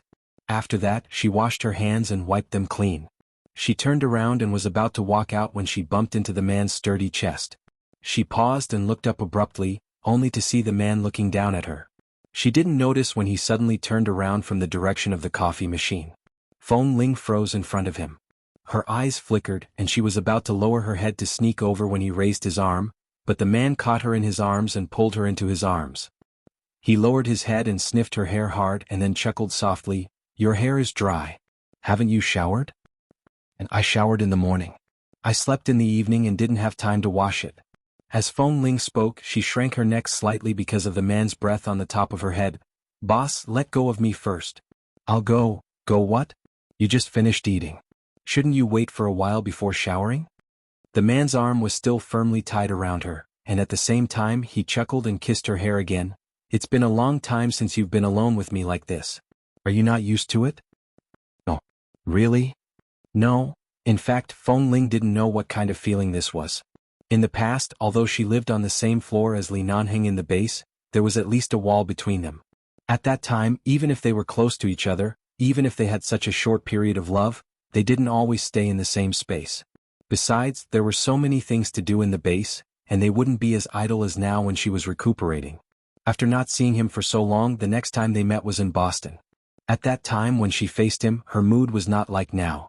Even if they were in the same place at that time, she wouldn't feel embarrassed and would even be as cold as she could be. That feeling was also different from now. In the past few days when he approached her, she had been cold and distant. The way the two of them interacted with each other was exactly the way Boss Lee interacted with the former members of the base. She didn't speak much, so at least 2 days passed peacefully. But now it was different. Right now, the air seemed to be emitting the sour smell of love. She had no idea how to eliminate the ambiguity in the air and the possibility that a spark could ignite a prairie fire at any time. After all, she was not 17 or 18 years old now. She was almost 21 years old, and Li Nanheng was no longer the him who didn't reach out his claws to her because she was too young. Right now, he was no different from a wolf who had been vegetarian for many years. When he looked at her, even if his expression was not too obvious, she could vaguely feel that she was a piece of meat next to his mouth. She could be eaten up at any time. He probably didn't know that the little woman who usually dared to charge alone with a gun was now evasive in front of him, as if she was afraid of being caught and kissed again.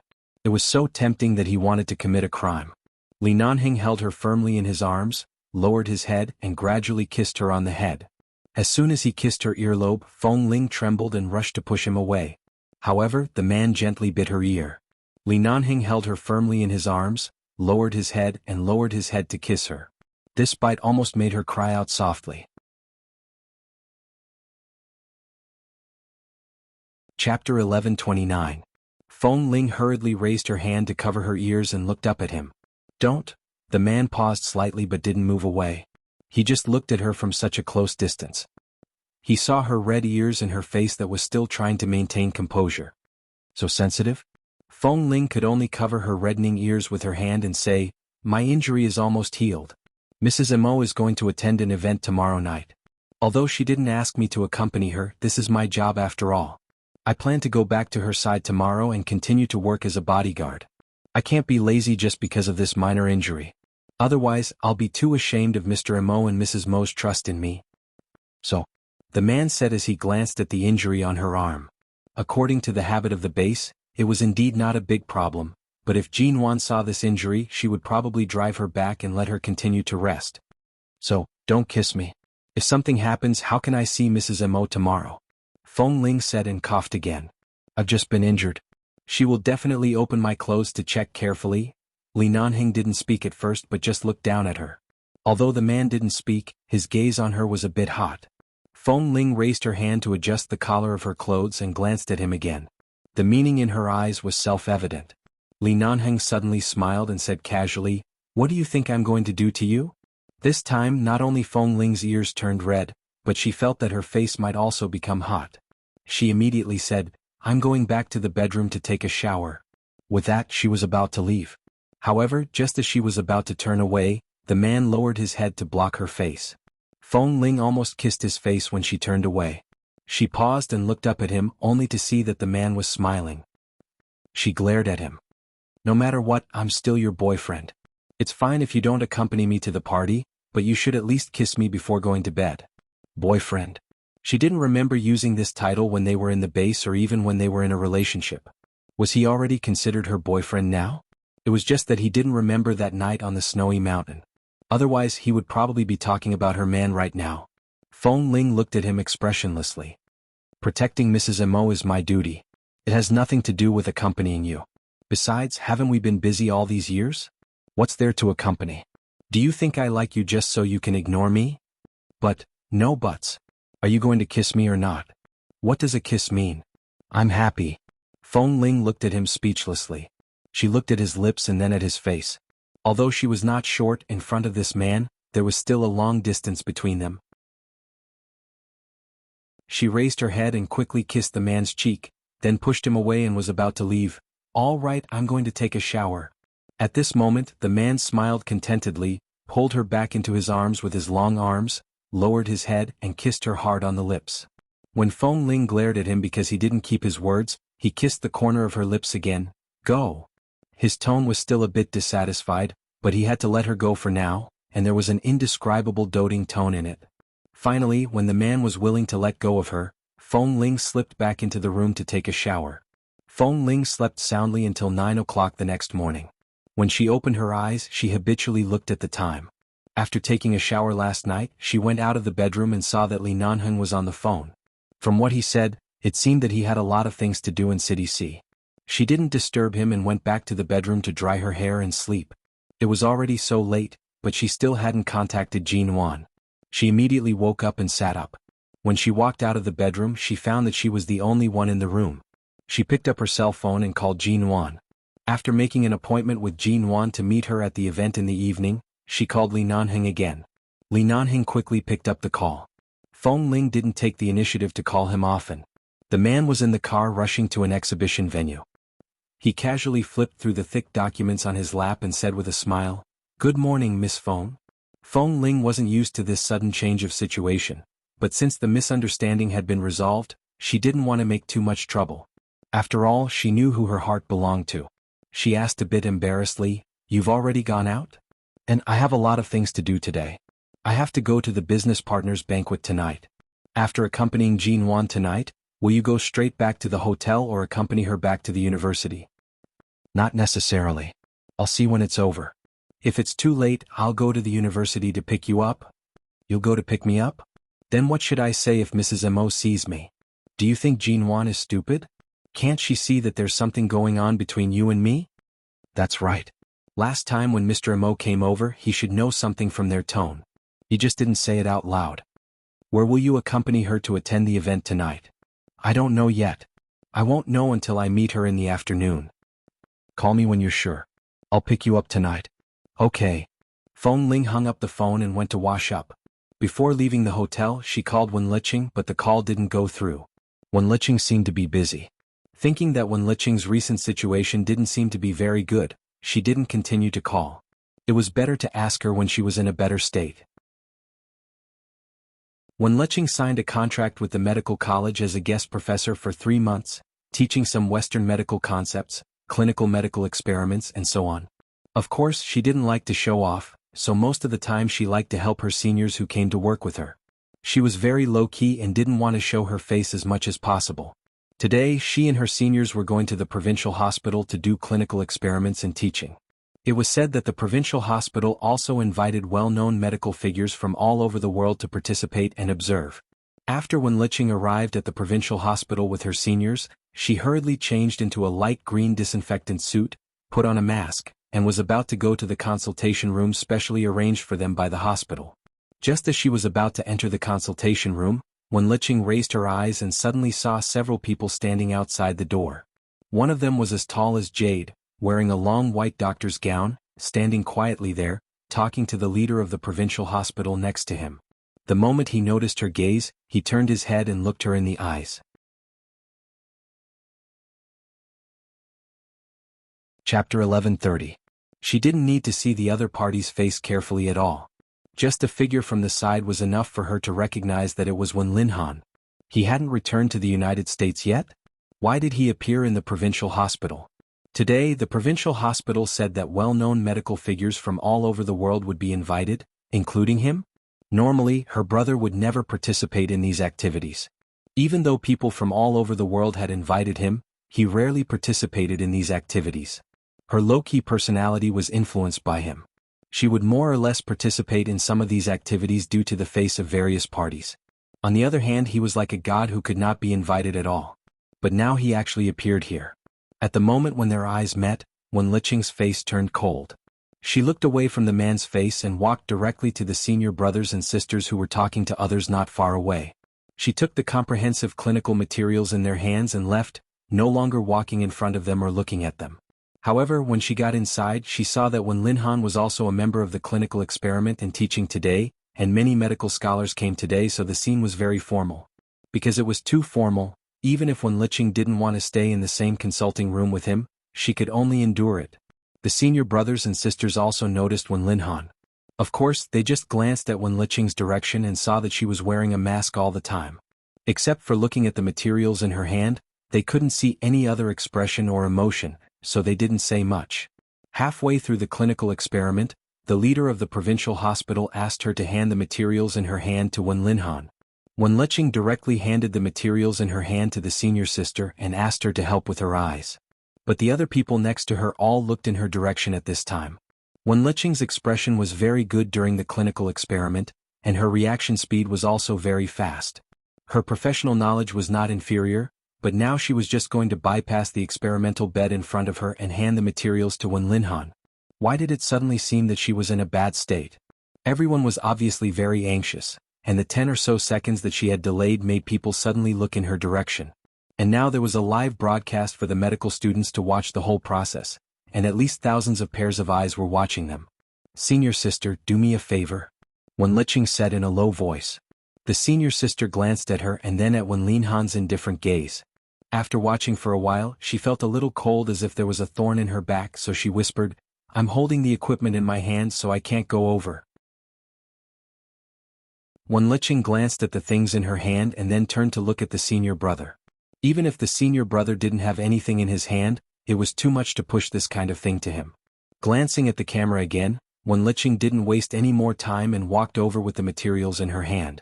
When she walked up to Wen Linhan, there was no emotional fluctuation on her face. She was wearing a sterilized mask and looked indifferent. There was a big screen next to the clinical consultation room. On the screen, her figure and Wen Linhan's figure were enlarged, and at the same time, some pictures of electronic files as well as various knowledge and drawings of clinical medicine were displayed next to them. She didn't look at anyone, nor did she look at the big screen, but just said in a very official voice, "Dr. Wen, the materials you want." With that, without waiting for Wen Linhan to reach out to take it, she directly put the materials on the table in front of him, and then turned to walk aside. She nodded politely to the leaders of the provincial hospital and the person in charge of arranging their work and salaries this time, and then returned to the side of the senior sister and the senior brother. It was as if she didn't see the man who was surrounded by several medical school leaders, nor did she feel his gaze. It was as if she didn't know him, as if he was just a stranger who was respected by many people in the medical world. Wen Liqing's attitude stagnated the progress of the clinical experiment that was in progress for more than 10 seconds. The other medical school leaders only knew that her surname was Wen, but in this big country the surname Wen was not particularly rare, so it was not strange to meet someone with the same surname, so they didn't think too much about it. But someone still called her. "Wait a minute." Wen Liqing paused for a moment and raised her eyes to look at the other party. Both doctors Wen seemed to be very famous in the Los Angeles medical community. I don't know if the two of you have communicated with each other when you were in the United States. Today's clinical experiment requires very precise suture removal techniques. Why don't both doctors Wen show all of us and the thousands of students of the medical college in front of the camera? Everyone in the clinical room, including the man's gaze, fell on Wen Liqing at the same time. Wen Liqing didn't look at Wen Linhan, nor did she pay special attention to the man's gaze. She just stood there and nodded politely to the leaders of the provincial hospital and the medical school. "Since Dr. Wen is here, I'd better not show up. Dr. Wen's suture technique is worthy of everyone's observation and learning. I can also stand by and learn from him. After all, Dr. Wen has studied abroad for many years and was hired by Los Angeles City Hospital. There's no need to be so modest." "I'm not being modest. I'll really show up," Wen Liqing said and raised her hand to introduce the senior sister and senior brother next to her.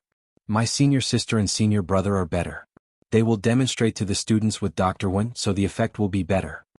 Seeing that she flattered others but trampled on them, the leaders knew that she was low-key and didn't say much. In the end, as she said, they invited her senior brother and sister and politely invited Wen Linhan to be their teacher. When Wen Linhan bypassed the table in front of him and walked to the clinical experiment table, he seemed to glance at Wen Liqing.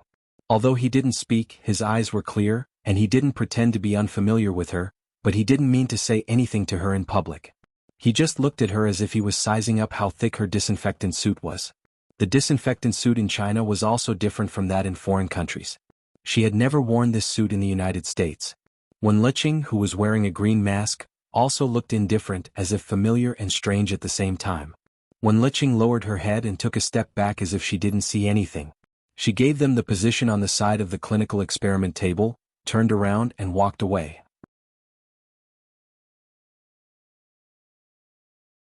Chapter 1131. When Feng Ling and Jin Wan went to meet, Jin Wan did as Li Nanheng said. She lifted Feng Ling's clothes and examined her for a long time.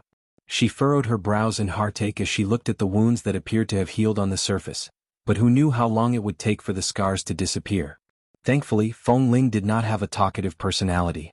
She answered whatever Jin Wan asked and did not complain. The topic slowly shifted to the event they were going to attend tonight. It's a family banquet for the company's overseas Chinese chairman, Mr. Kaida. Back when we were in High City, didn't our studio already have contact with the company? We also recently signed a contract. Mr. Kaida's entire family has migrated from America to live in the country and has just settled down in City A. He has invited the heads of all the major business partners to his home for a meal and drink. It's a very simple family banquet, but there might be more people attending. Then, are you going to pick out a gown now? There's no need for a gown. Mr. Kaida emphasized that it's only a family banquet and hopes for more friends to attend. However, he doesn't wish for it to be too grand. It's fine to dress more formally. Feng Ling looked at Jin Wan's radiant expression and knew that she had completely reconciled with Mr. Mo. She did not continue with the Cold War and felt much more relaxed. Otherwise, she would not be able to watch Jin Wan trying her best to maintain a calm attitude every day. Indeed, it was only when everyone was happy that one could feel at ease. Previously, when she saw Jin Wan in a daze by the condo window, her heart had truly ached for her. That night at 6:30. Mr. Kaida's villa was located in the wealthy district of City A. It was 2,000 square meters large. Although it was already winter, the weather was good. The sky was filled with stars, and the temperature was not as cold as expected.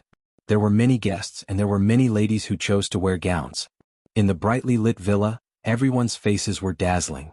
Well-trained waiters were currently serving expensive and exquisite desserts and drinks. The guests continued to arrive and there were many of them. After 7:30, the number of people in the courtyard increased, and it became hotter. In the study on the second floor of the main residence, old Master Kai had just left. Qin Siding and Li Nanheng, who had been specially invited by old Master Kai to the study for a heart-to-heart talk, stood by the window.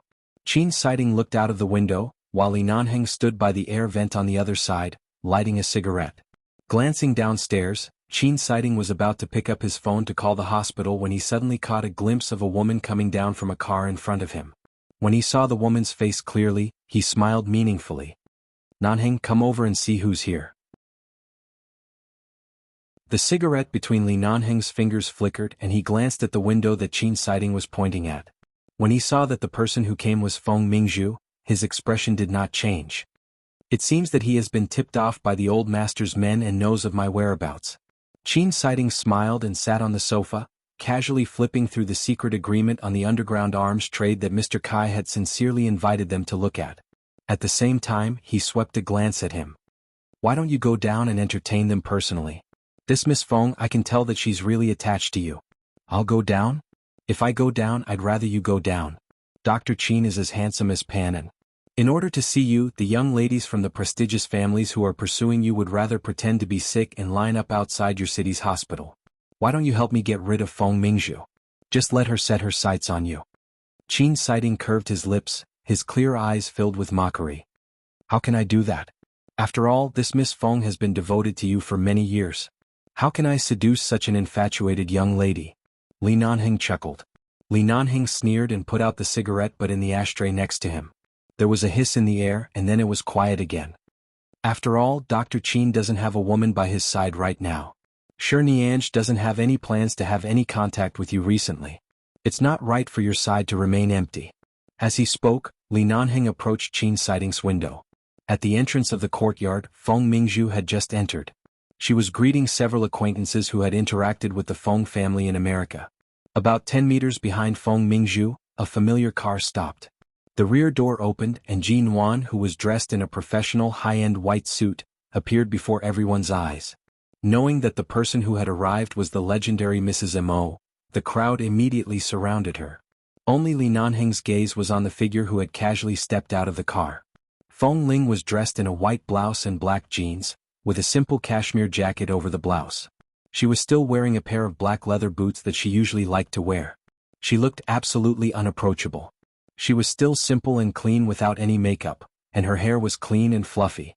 She followed behind Jin Wan and raised her hand to block the crowd that surrounded Jin Wan. Her eyes were cold, but on the surface she maintained a bit of politeness. She asked the others to make way for Mrs. Mo and not to surround her like this. Qin Siding saw Li Nanheng standing in front of the window and seemed to be looking at something very seriously. He looked away from the agreement in his hand and turned to look outside. When he saw it was Jin Wan and Feng Ling, he raised his eyebrows and said, "The color of the scarf around Feng Ling's neck is not bad. It's rare to see a touch of red on her." Indeed, Feng Ling, who was walking in the yard with Jin Wan, was wearing a red scarf around her neck. The color matched with most of her black clothes and looked a bit like the European and American style that girls like nowadays. "It's indeed not bad."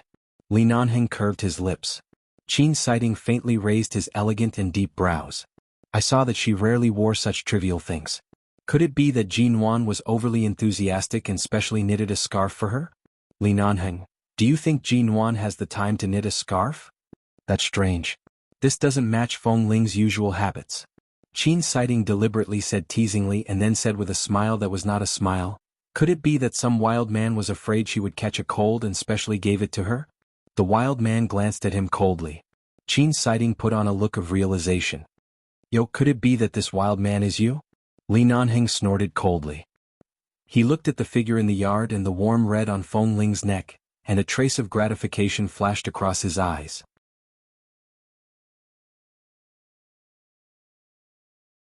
Chapter 1132. Walking out of the study, several bodyguards outside came up to him. "Boss, we saw Feng Mingzhu just now.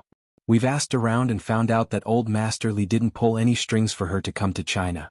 She probably bribed the people around old Master Li to find out your whereabouts." Li Nanheng coldly curved his lips. "Tonight all of you better be on guard. Don't let her approach Feng Ling." "What about Mrs. Mo? Arrange for Feng Ling and Jin Wan to a more secluded hall. Stay away from those messy young ladies. Based on Jin Wan and Feng Ling's personalities, they won't like to interact with those people. Tonight is Mr. Kai's housewarming party. Don't cause any unnecessary trouble." "All right, we understand. We'll definitely not allow Feng Ling and Feng Mingzhu to meet, lest Feng Ling quarrel with you again." The bodyguard smiled as he spoke.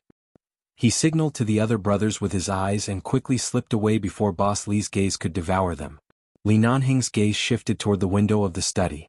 Even if Feng Ling and Feng Mingzhu met, based on Feng Ling's personality, since the misunderstanding had already been cleared up, she would not misunderstand anything just because of Feng Mingzhu's appearance. If there really was someone by the side asking about something, if Feng Ling had any doubts, she would definitely choose to ask him directly. She would not hold back her anger or allow the misunderstanding to spread. This was something he understood about her. Back then, if it wasn't because the Li elders had interfered and chased her out of the base, if it wasn't because she had left so pathetically, she wouldn't have been so cold-hearted to the point where she wouldn't even give him a chance to meet again. Although Feng Ling appeared to be somewhat muddle-headed when it came to relationships, there were actually many things that she had thought through thoroughly. She was pure by nature, but she was not stupid. After Feng Ling and Jin Wan entered the hall, they realized that Mr. Kai's new home was truly large. Several villas were situated within this 2,000 square meter area. The banquet hall was also divided into 4 halls: plum blossom, orchid, bamboo, and chrysanthemum. Several young men dressed as waiters approached to lead them to the orchid hall.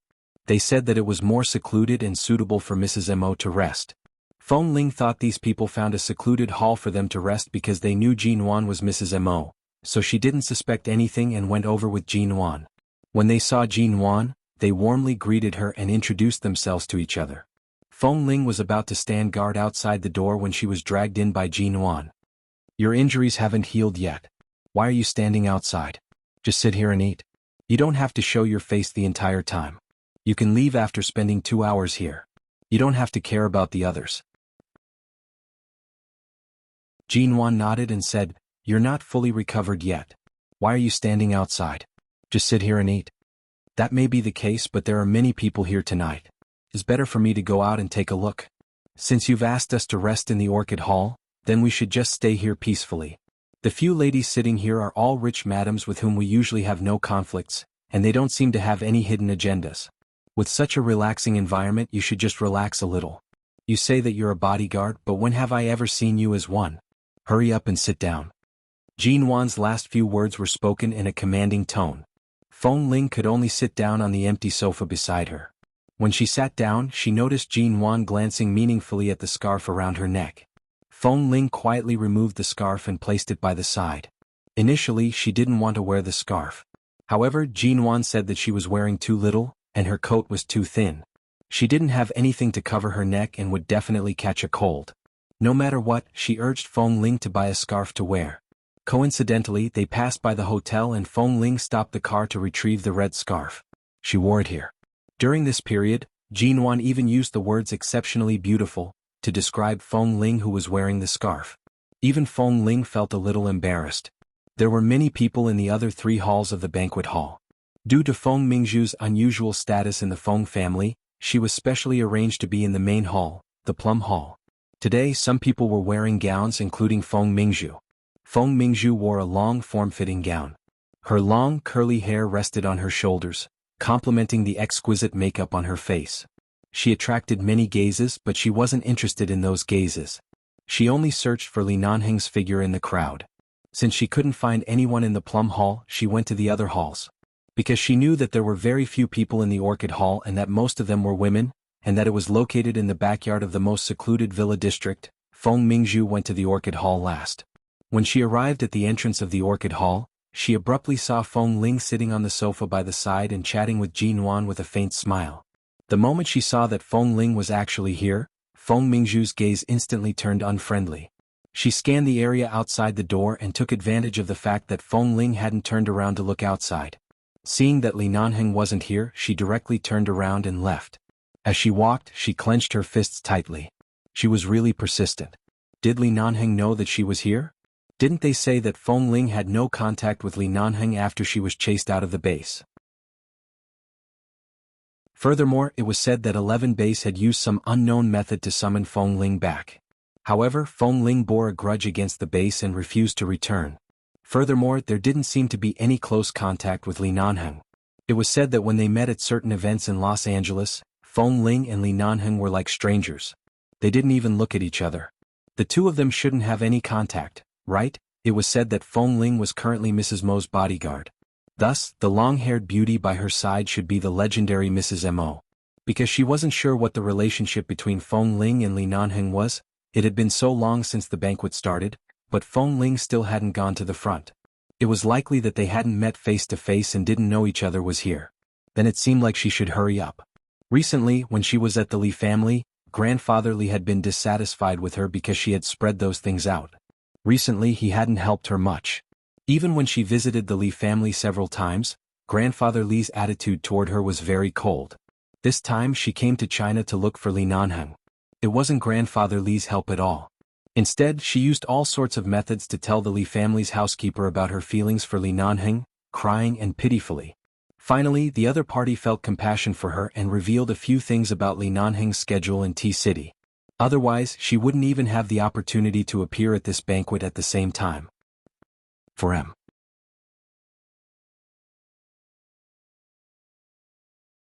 Chapter 1133. The 3-year marriage between Li Nanheng and that cenotaph was going to end tomorrow.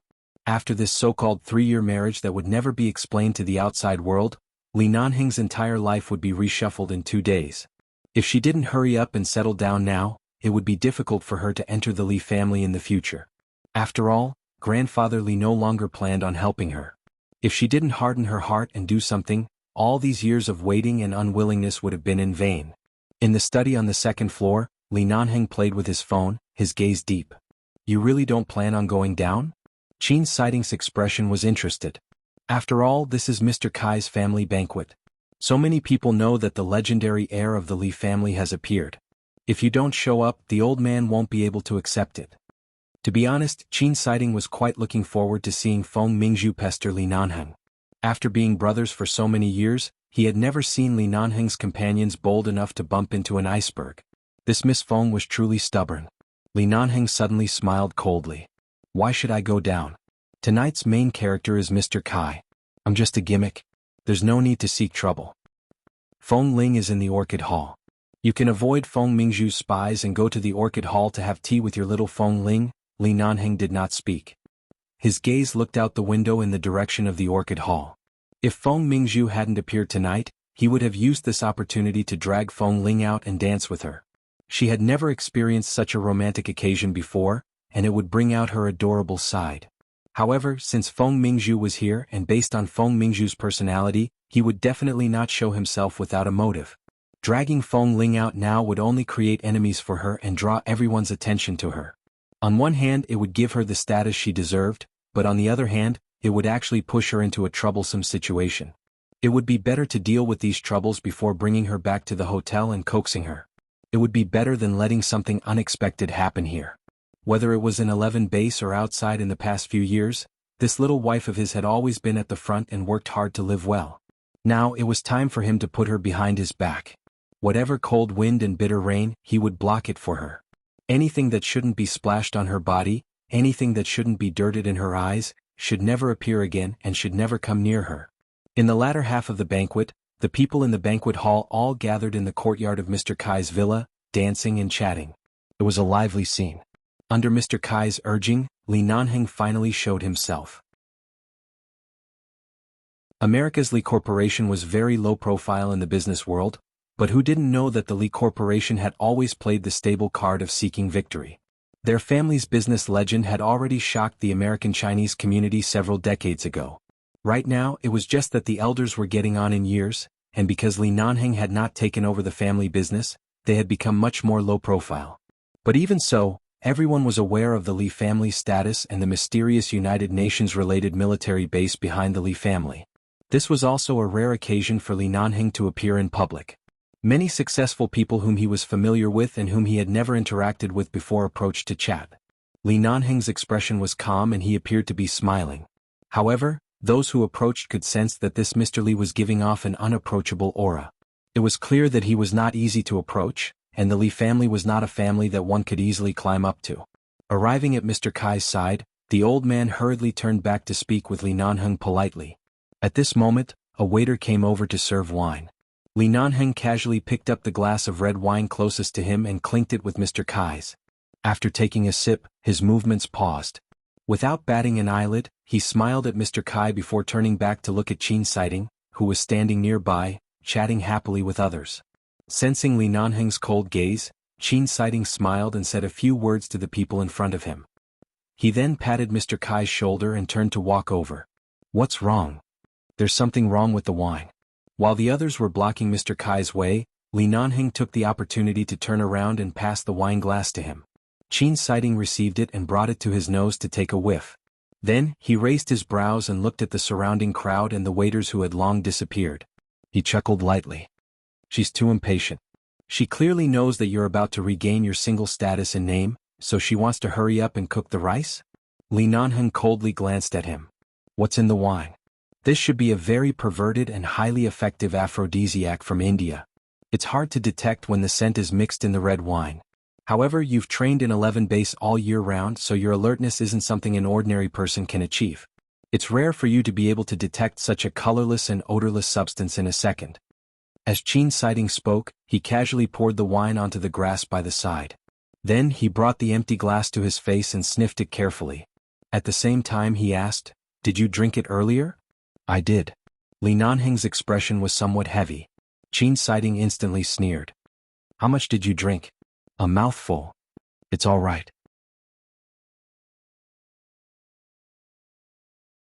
Although the effects of the drug are rather fast and the effects are somewhat perverted, thankfully you didn't drink much. If it's just a mouthful at most, you won't be able to sleep well for the entire night.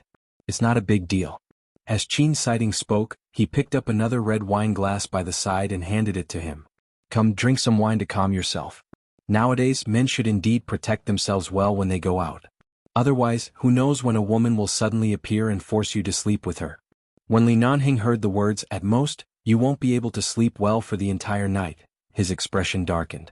He took the wine glass but did not drink it. He only glanced at him coldly. "Indeed, Dr. Qin, not only were you forced to sleep with someone back then, but you were also kicked after you slept with someone. In this world, it's not only women who are not safe, but men are also not very safe when they go out."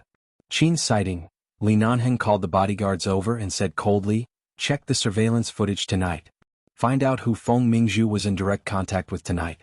Find out which waiter received a bribe from her to help her put something in her wine. After finding out who it was, drag that person out and cripple him." The bodyguard was startled. They had been guarding by the side the whole time and really didn't pay much attention to the wine that Boss Li was willing to drink. After hearing this, he couldn't help asking curiously, "Boss, are you drugged?" Li Nanheng's face darkened. "Cut the crap. Go quickly." Oh, okay.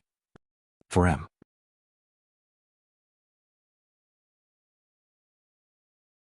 Chapter 1134. 10 minutes later. Boss, I found it. The bodyguard walked through the crowd and approached Li Nanheng to whisper, Miss Feng spent a large sum of money to bribe a waiter working here. Miss Feng also claimed that she was not feeling well and went to the lounge that Mr. Kai had specially arranged for these guests. She found a room to rest and reportedly hasn't come out for more than 10 minutes. That waiter was blocked by the surveillance camera. Afraid that we would report him, he confessed everything. Miss Feng is waiting inside. After you drink, he will help you in. As they spoke, the two bodyguards occasionally raised their heads to glance at Li Nanheng's face. They could not see anything unusual on Boss Li's face, nor could they tell that Boss seemed to have been drugged. Qin Siding turned to look at Li Nanheng. Li Nanheng calmly lit a cigarette and put it in his mouth. Then he narrowed his cold, black eyes and turned to look in the direction of the Plum Blossom Hall at a few business rivals who were competing with the Li Corporation. He then saw a few old presidents who were drunk among those people. I think you might as well sacrifice yourself. Soon, everything in the Feng family will belong to you. Qin Siding saw that Li Nanheng's patience was not bad. He tried his best to suppress his laughter. What are you hesitating for? Go up. Li Nanheng glanced at him indifferently. You want to go? Qin Siding chuckled. I've been a doctor for a long time. I have a strong sense of rejection toward any bacteria. I definitely won't be able to go up. You also know that it's a bacteria colony. It's not anything good. How much do you think this old man's desire is? Can a woman go up? Li Nanheng held the cigarette in his mouth indifferently. At the same time, he glanced at the building where the bodyguard was pointing at. He held the cigarette in his mouth and narrowed his eyes coldly. No wonder she doesn't want to return to the Feng family. There's no harm in staying far away from this swamp. Who? Qin Siding watched him. Qin Siding looked elegant, gentle, and as clear as water, but in fact he was not ordinary smart. He did not need Li Nanheng to say a word to be able to analyze a lot of truth from his words. He looked at Li Nanheng for less than 3 seconds, and his elegant and deep brows moved. Without waiting for Qin Siding to speak, Li Nanheng smiled coldly. Without explaining, he threw the cigarette butt into the ashtray on the tray in the waiter's hand and walked toward the Plum Hall. In Mr. Kai Da's villa, the VIP lounge was located on the 3rd floor of the villa. Walking up the spiral staircase from the Chrysanthemum Hall, a bald man in his 40s with a beer belly was helped up by a waiter. This waiter was the one who had been bribed by Feng Mingzhu. At this moment, he was trembling in fear as he supported the drunk boss next to him. From time to time he glanced back, but when he saw the two fierce-looking bodyguards, he was so frightened that he didn't dare to make a sound and continued to support the boss up. When they reached the 3rd floor above the Chrysanthemum Hall, the waiter whispered as he walked, "It's on this floor. Miss Feng is resting in the room in front." Li Nanheng then walked up, expressionlessly watching the direction they were heading in. When he saw that the Wuxia Corporation CEO Lu was supported to the door of the room, he coldly shifted his gaze toward the window at the end of the corridor. He could see the main entrance of the Orchid Hall. Feng Ling and Jinwan were both holding onto their phones. Jinwan seemed to have come up with some small game and dragged Feng Ling along to play with her.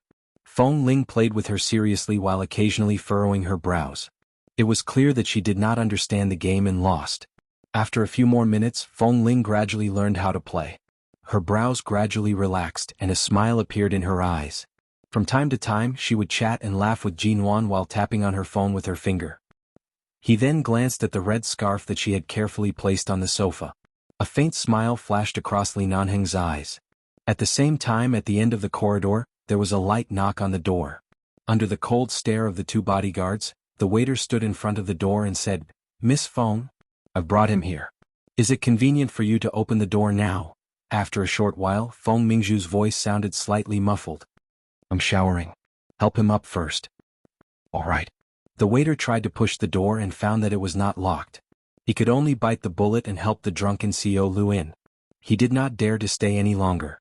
Inside was Miss Feng, who had just thrown him 100,000 yuan bank card, and outside were the bodyguards waiting to take his life.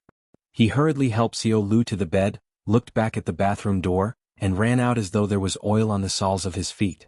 As soon as he ran out, he suddenly bumped into the two bodyguards who had yet to leave. The moment the waiter met their fierce gazes, he was so frightened that his legs turned to jelly and he almost knelt on the ground.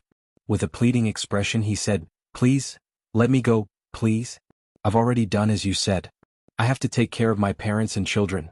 Life isn't easy, so I was careless and was blinded by lard. I was greedy for money. Please let me go." One of the bodyguards glanced at him coldly. "Brat, you look like you're only in your early 20s. I can believe that you have parents, but you have children? You." The waiter's expression stiffened and he hurriedly explained, I get married early. I do have children at home. Don't explain to us. There will be a place for you to explain later." The bodyguard was too lazy to listen to his nonsense. He directly pushed the waiter's head to the other bodyguard. The two of them held the waiter down and warned him to shut up from now on, lest he disturb the people inside. The waiter trembled in fear and did not dare to speak. He looked at them pleadingly with his eyes, but they ignored him. He turned to look at the man standing silently in front of the window at the top of the stairs. Even though it was only his back view, he felt his legs go even weaker. In the room, Xiao Lu was drunk and drowsily snoring on the bed for a long time. Feng Mingzhu heard the snoring outside while taking a shower in the bathroom. She had never heard how Li Nanheng slept, so she thought the rough snoring came from him. As she took a shower in the bathroom, she felt her face burning with excitement and shyness. She sped up the shower, wanting to get out as soon as possible. After all, Li Nanheng was too vigilant.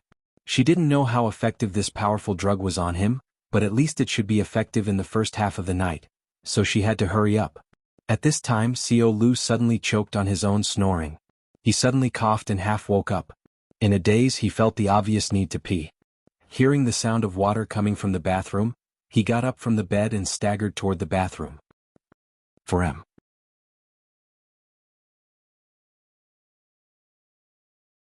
Chapter 1135.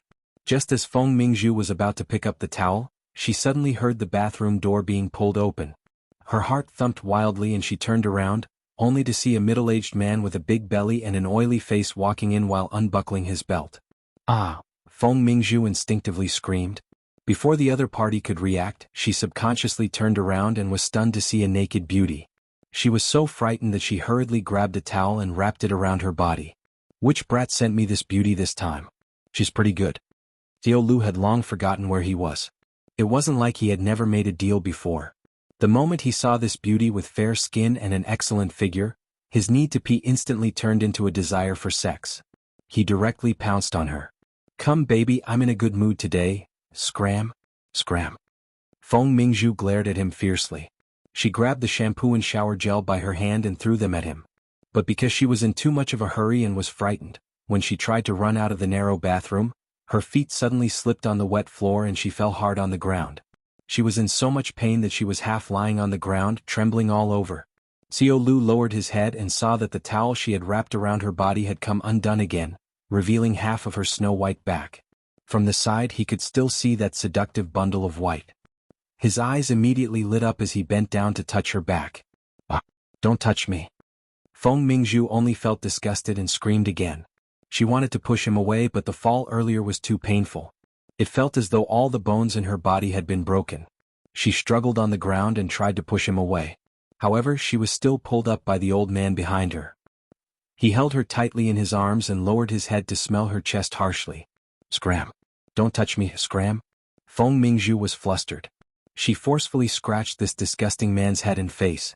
The other party suddenly grabbed her hair unhappily and ordered her to be more obedient. At the same time, he pressed her against the bathroom door and reached his hand down her body. She raised her leg to kick him, but it didn't budge. She suddenly turned to look at an aromatherapy bottle on the sink.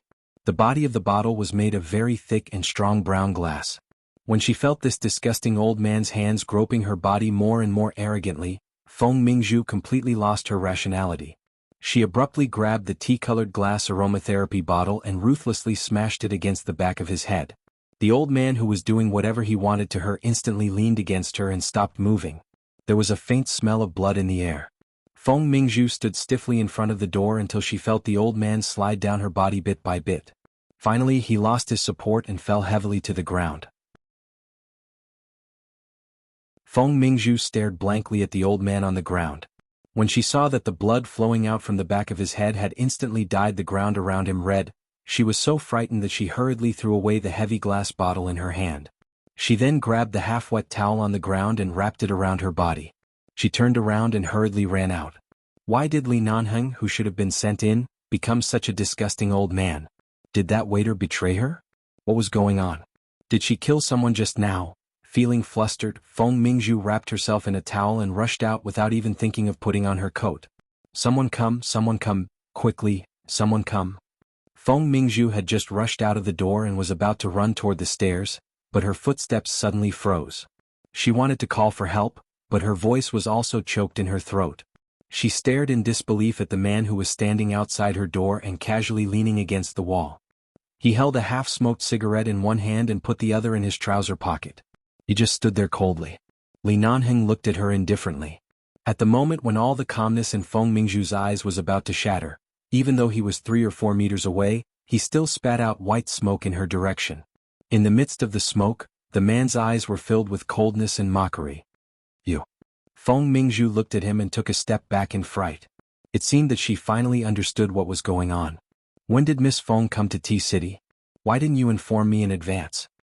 There was not the slightest hint of a smile in Li Nanheng's eyes. He looked at her coldly. This Li could have arranged for someone to entertain you in advance. There was no need for Miss Feng to use a glass of wine to remind this Li of his negligence. It sounded like he was just being polite, but from the man's thin lips that were covered in smoke, there seemed to be some kind of cold murderous intent in his words. He would not kill her. Even though many people had died in his hands, no matter what, she was still the daughter of the Feng family. The Feng and Li families were close, and her sister Cenotaph was his wife in name. It was impossible for him to take her life. Feng Mingzhu gradually recovered from her shock. She was about to speak when she suddenly heard a few panicked voices coming from the stairs. Where is our old Lu? He drank too much earlier. Did he come up here? Hearing the woman's voice, Feng Mingzhu didn't react until she saw a well-maintained middle-aged woman in a gown hurriedly walking over. As she walked, she looked inside. When she saw Feng Mingzhu standing there with only a bath towel wrapped around her, her gaze immediately paused. With a woman's intuition, she seemed to have a bad premonition and directly glared at Feng Mingzhu. Where is old Lu? At this moment, the middle-aged woman suddenly shouted harshly. Feng Mingzhu's shoulders instinctively trembled. The bodyguard following behind the middle-aged woman respectfully lowered his head to say, Mrs. Lu, I'm really sorry. We didn't know that you also came to attend the banquet today. Xiao Lu drank too much earlier and came up to rest with this Miss Feng. Hearing this, Mrs. Lu glanced at the towel wrapped around Feng Mingzhu's body. At the same time, she saw the scratches and kisses on Feng Mingzhu's shoulders and neck when Xiao Lu almost violated her. She was instantly enraged. She fiercely smashed the bag in her hand toward Feng Mingzhu's face. You smelly b****, you dare to seduce my husband. Feng Mingzhu was originally a vigilant person, but she was still confused by the wave after wave of situations in front of her. When she was hit by the bag, her face paled. She wanted to explain, but in an instant, Mrs. Lu suddenly rushed up and pushed her to the ground. Mrs. Lu sat on top of her and fiercely clawed at her face with her nails.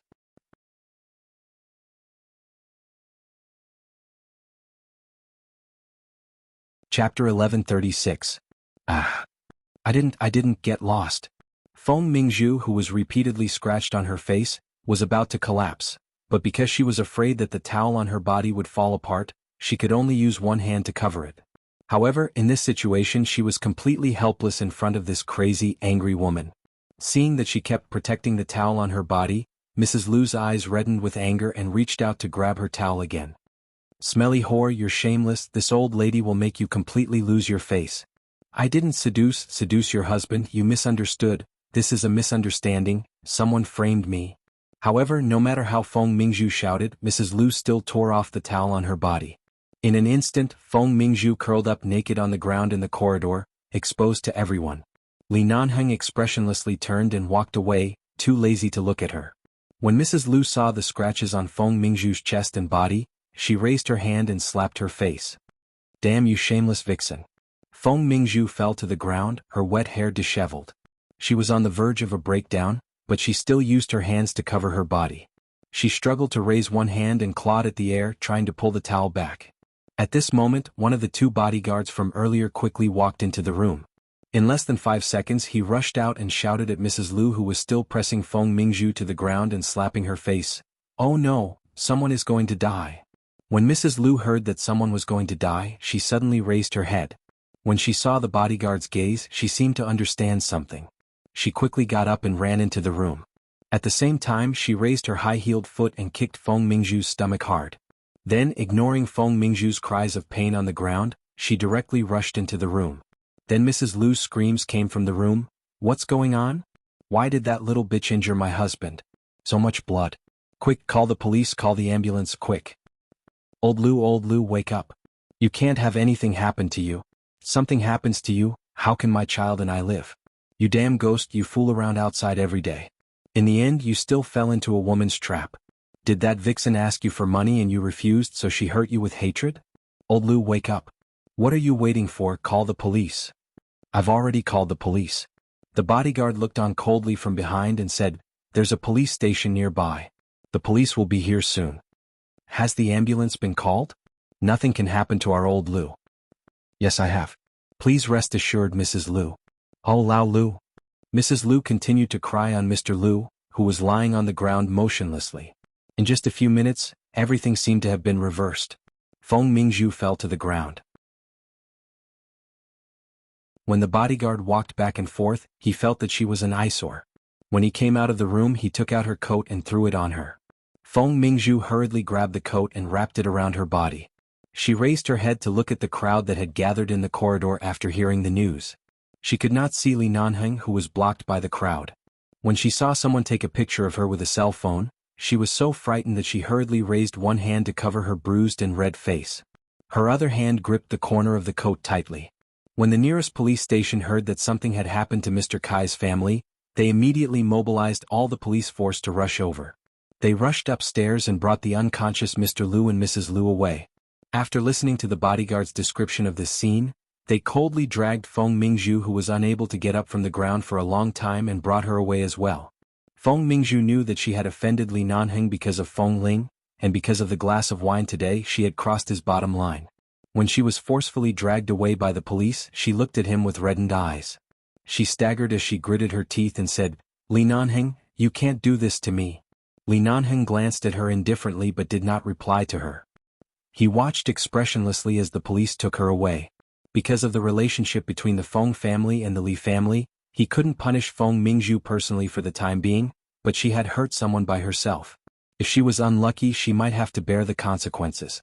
That CEO Lu was also a well-known figure in the business circle of T-City. Although he was a bit despicable, he still couldn't be ignored.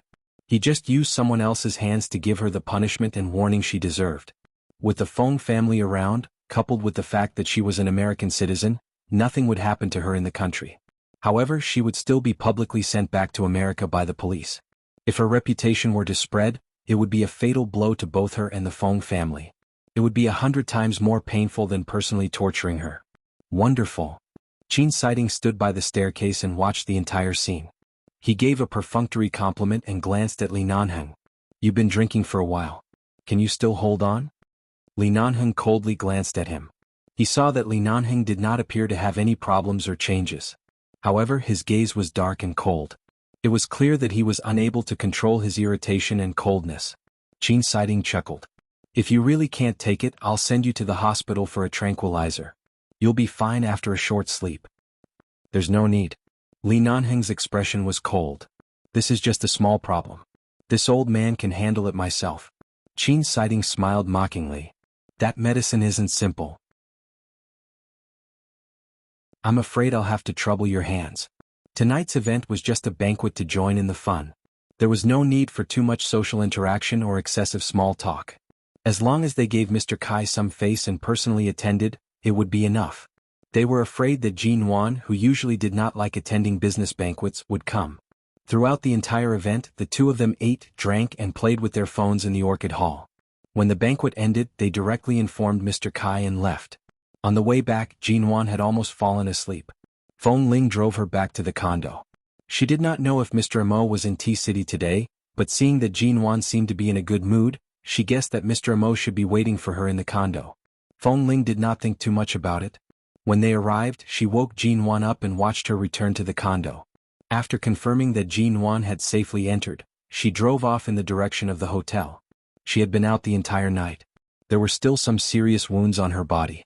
Although they no longer hurt, she still needed to apply some medicine. She had to return early to apply the medicine to prevent the wounds from getting infected. You're tuning in to the Han Lee's Wuxia Adventures YouTube channel. We're so grateful for your support, and don't forget to subscribe to join us on this incredible journey through captivating stories. Your generosity through donations truly makes a world of difference, as it's the primary source of revenue that allows me to expand and enhance this channel for you. Thank you from the bottom of my heart for being a part of this adventure.